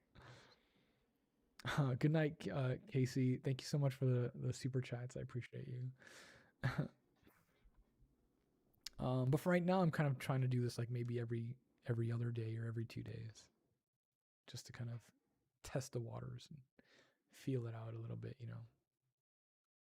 But I guess it would be cool to have like a specific day to count on having one of these, right? That way you can kind of plan around it if you wanted to.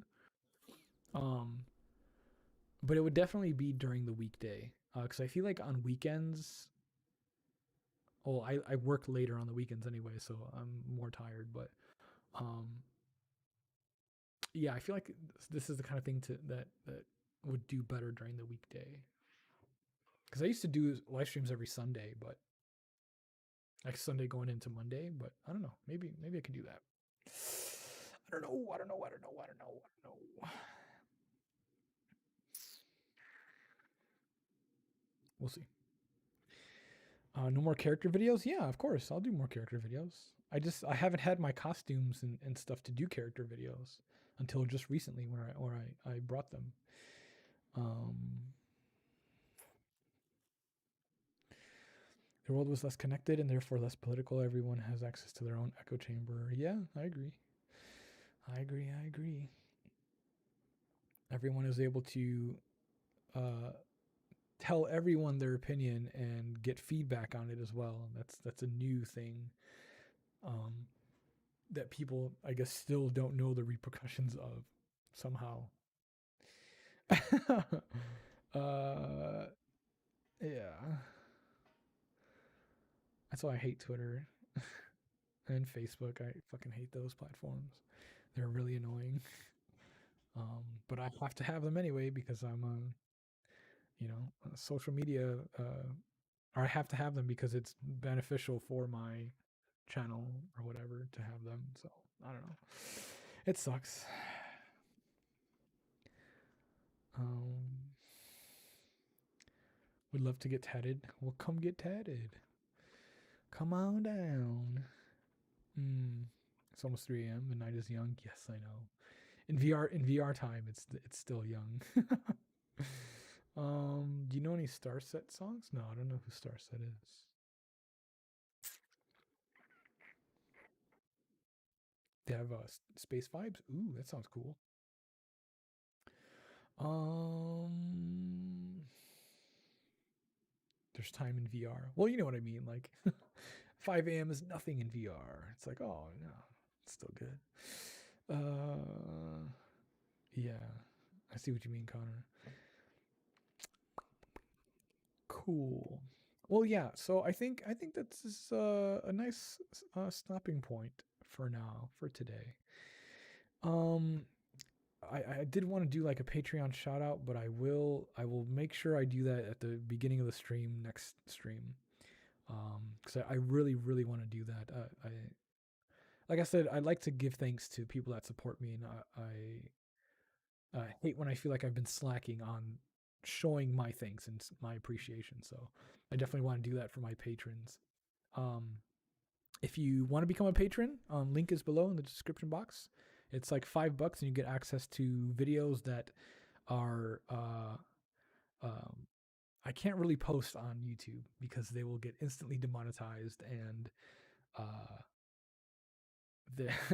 I just they're the kinds of videos that are very intimate and I can't post there.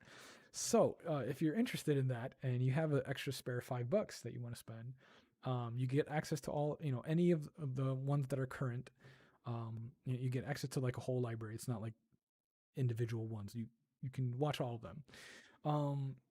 And I update them as I can, with new content as I can. I try to do it every month, but sometimes I can't do it every month. But I do kind of update it as I go. So if you're interested, check it out. You might enjoy it. Like I said, or like I've been trying to say with these live streams, I will eventually be making them unlisted so that I can keep my video page nice and organized. But if you ever want to watch these live streams back, or if you ever miss one in the in the coming weeks or whatever, there is a link in the description box to a special playlist that will have all of these live streams on there. Even though they're unlisted, you can see them because you have access to the playlist. So go check that out. I will see you guys in the next live stream. Thank you for hanging out with me tonight. I appreciate you. Thank you for all the super chats. I really, really freaking appreciate you guys. And just hanging out with me, like spending your time with me. It's great. I really, really enjoy doing these. And I wish YouTube was almost like better set up for live streams, and maybe had like a special tab for live streams so that it wouldn't interfere with the videos page. I think they kind of have that. I was looking through my video page and it kind of looks like they separate them, but I don't know. I have to do more research on that. But regardless, the point is I very much enjoy doing this. And yeah, I don't know. It's fun. It's great. Zeppi is asking, do you have any other support thing where there's no monthly thing, like a one-time thing? You can. I mean, with Patreon, you don't have to sign up for monthly. Like, you can just sign up for a month, like just do the one-time payment, and then you can cancel your subscription and be fine. Because I have my Patreon set up to where when you subscribe, it charges you right away.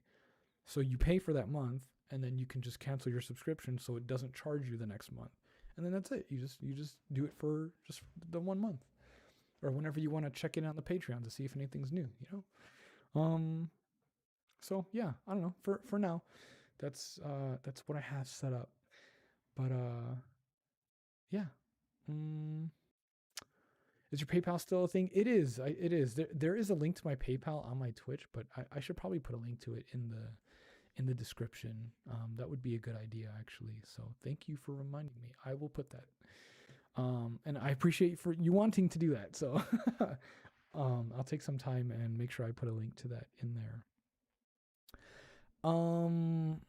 So yeah, again, thank you guys for hanging out with me. Thank you for all the super chat and all the love.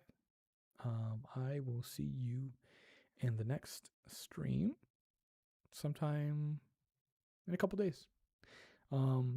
Just keep an eye out on my social media and all of that. Follow me there. I will see you then. I love you. I hope you take care. And as always, keep dreaming. Good night. Good night. Good night. Good night.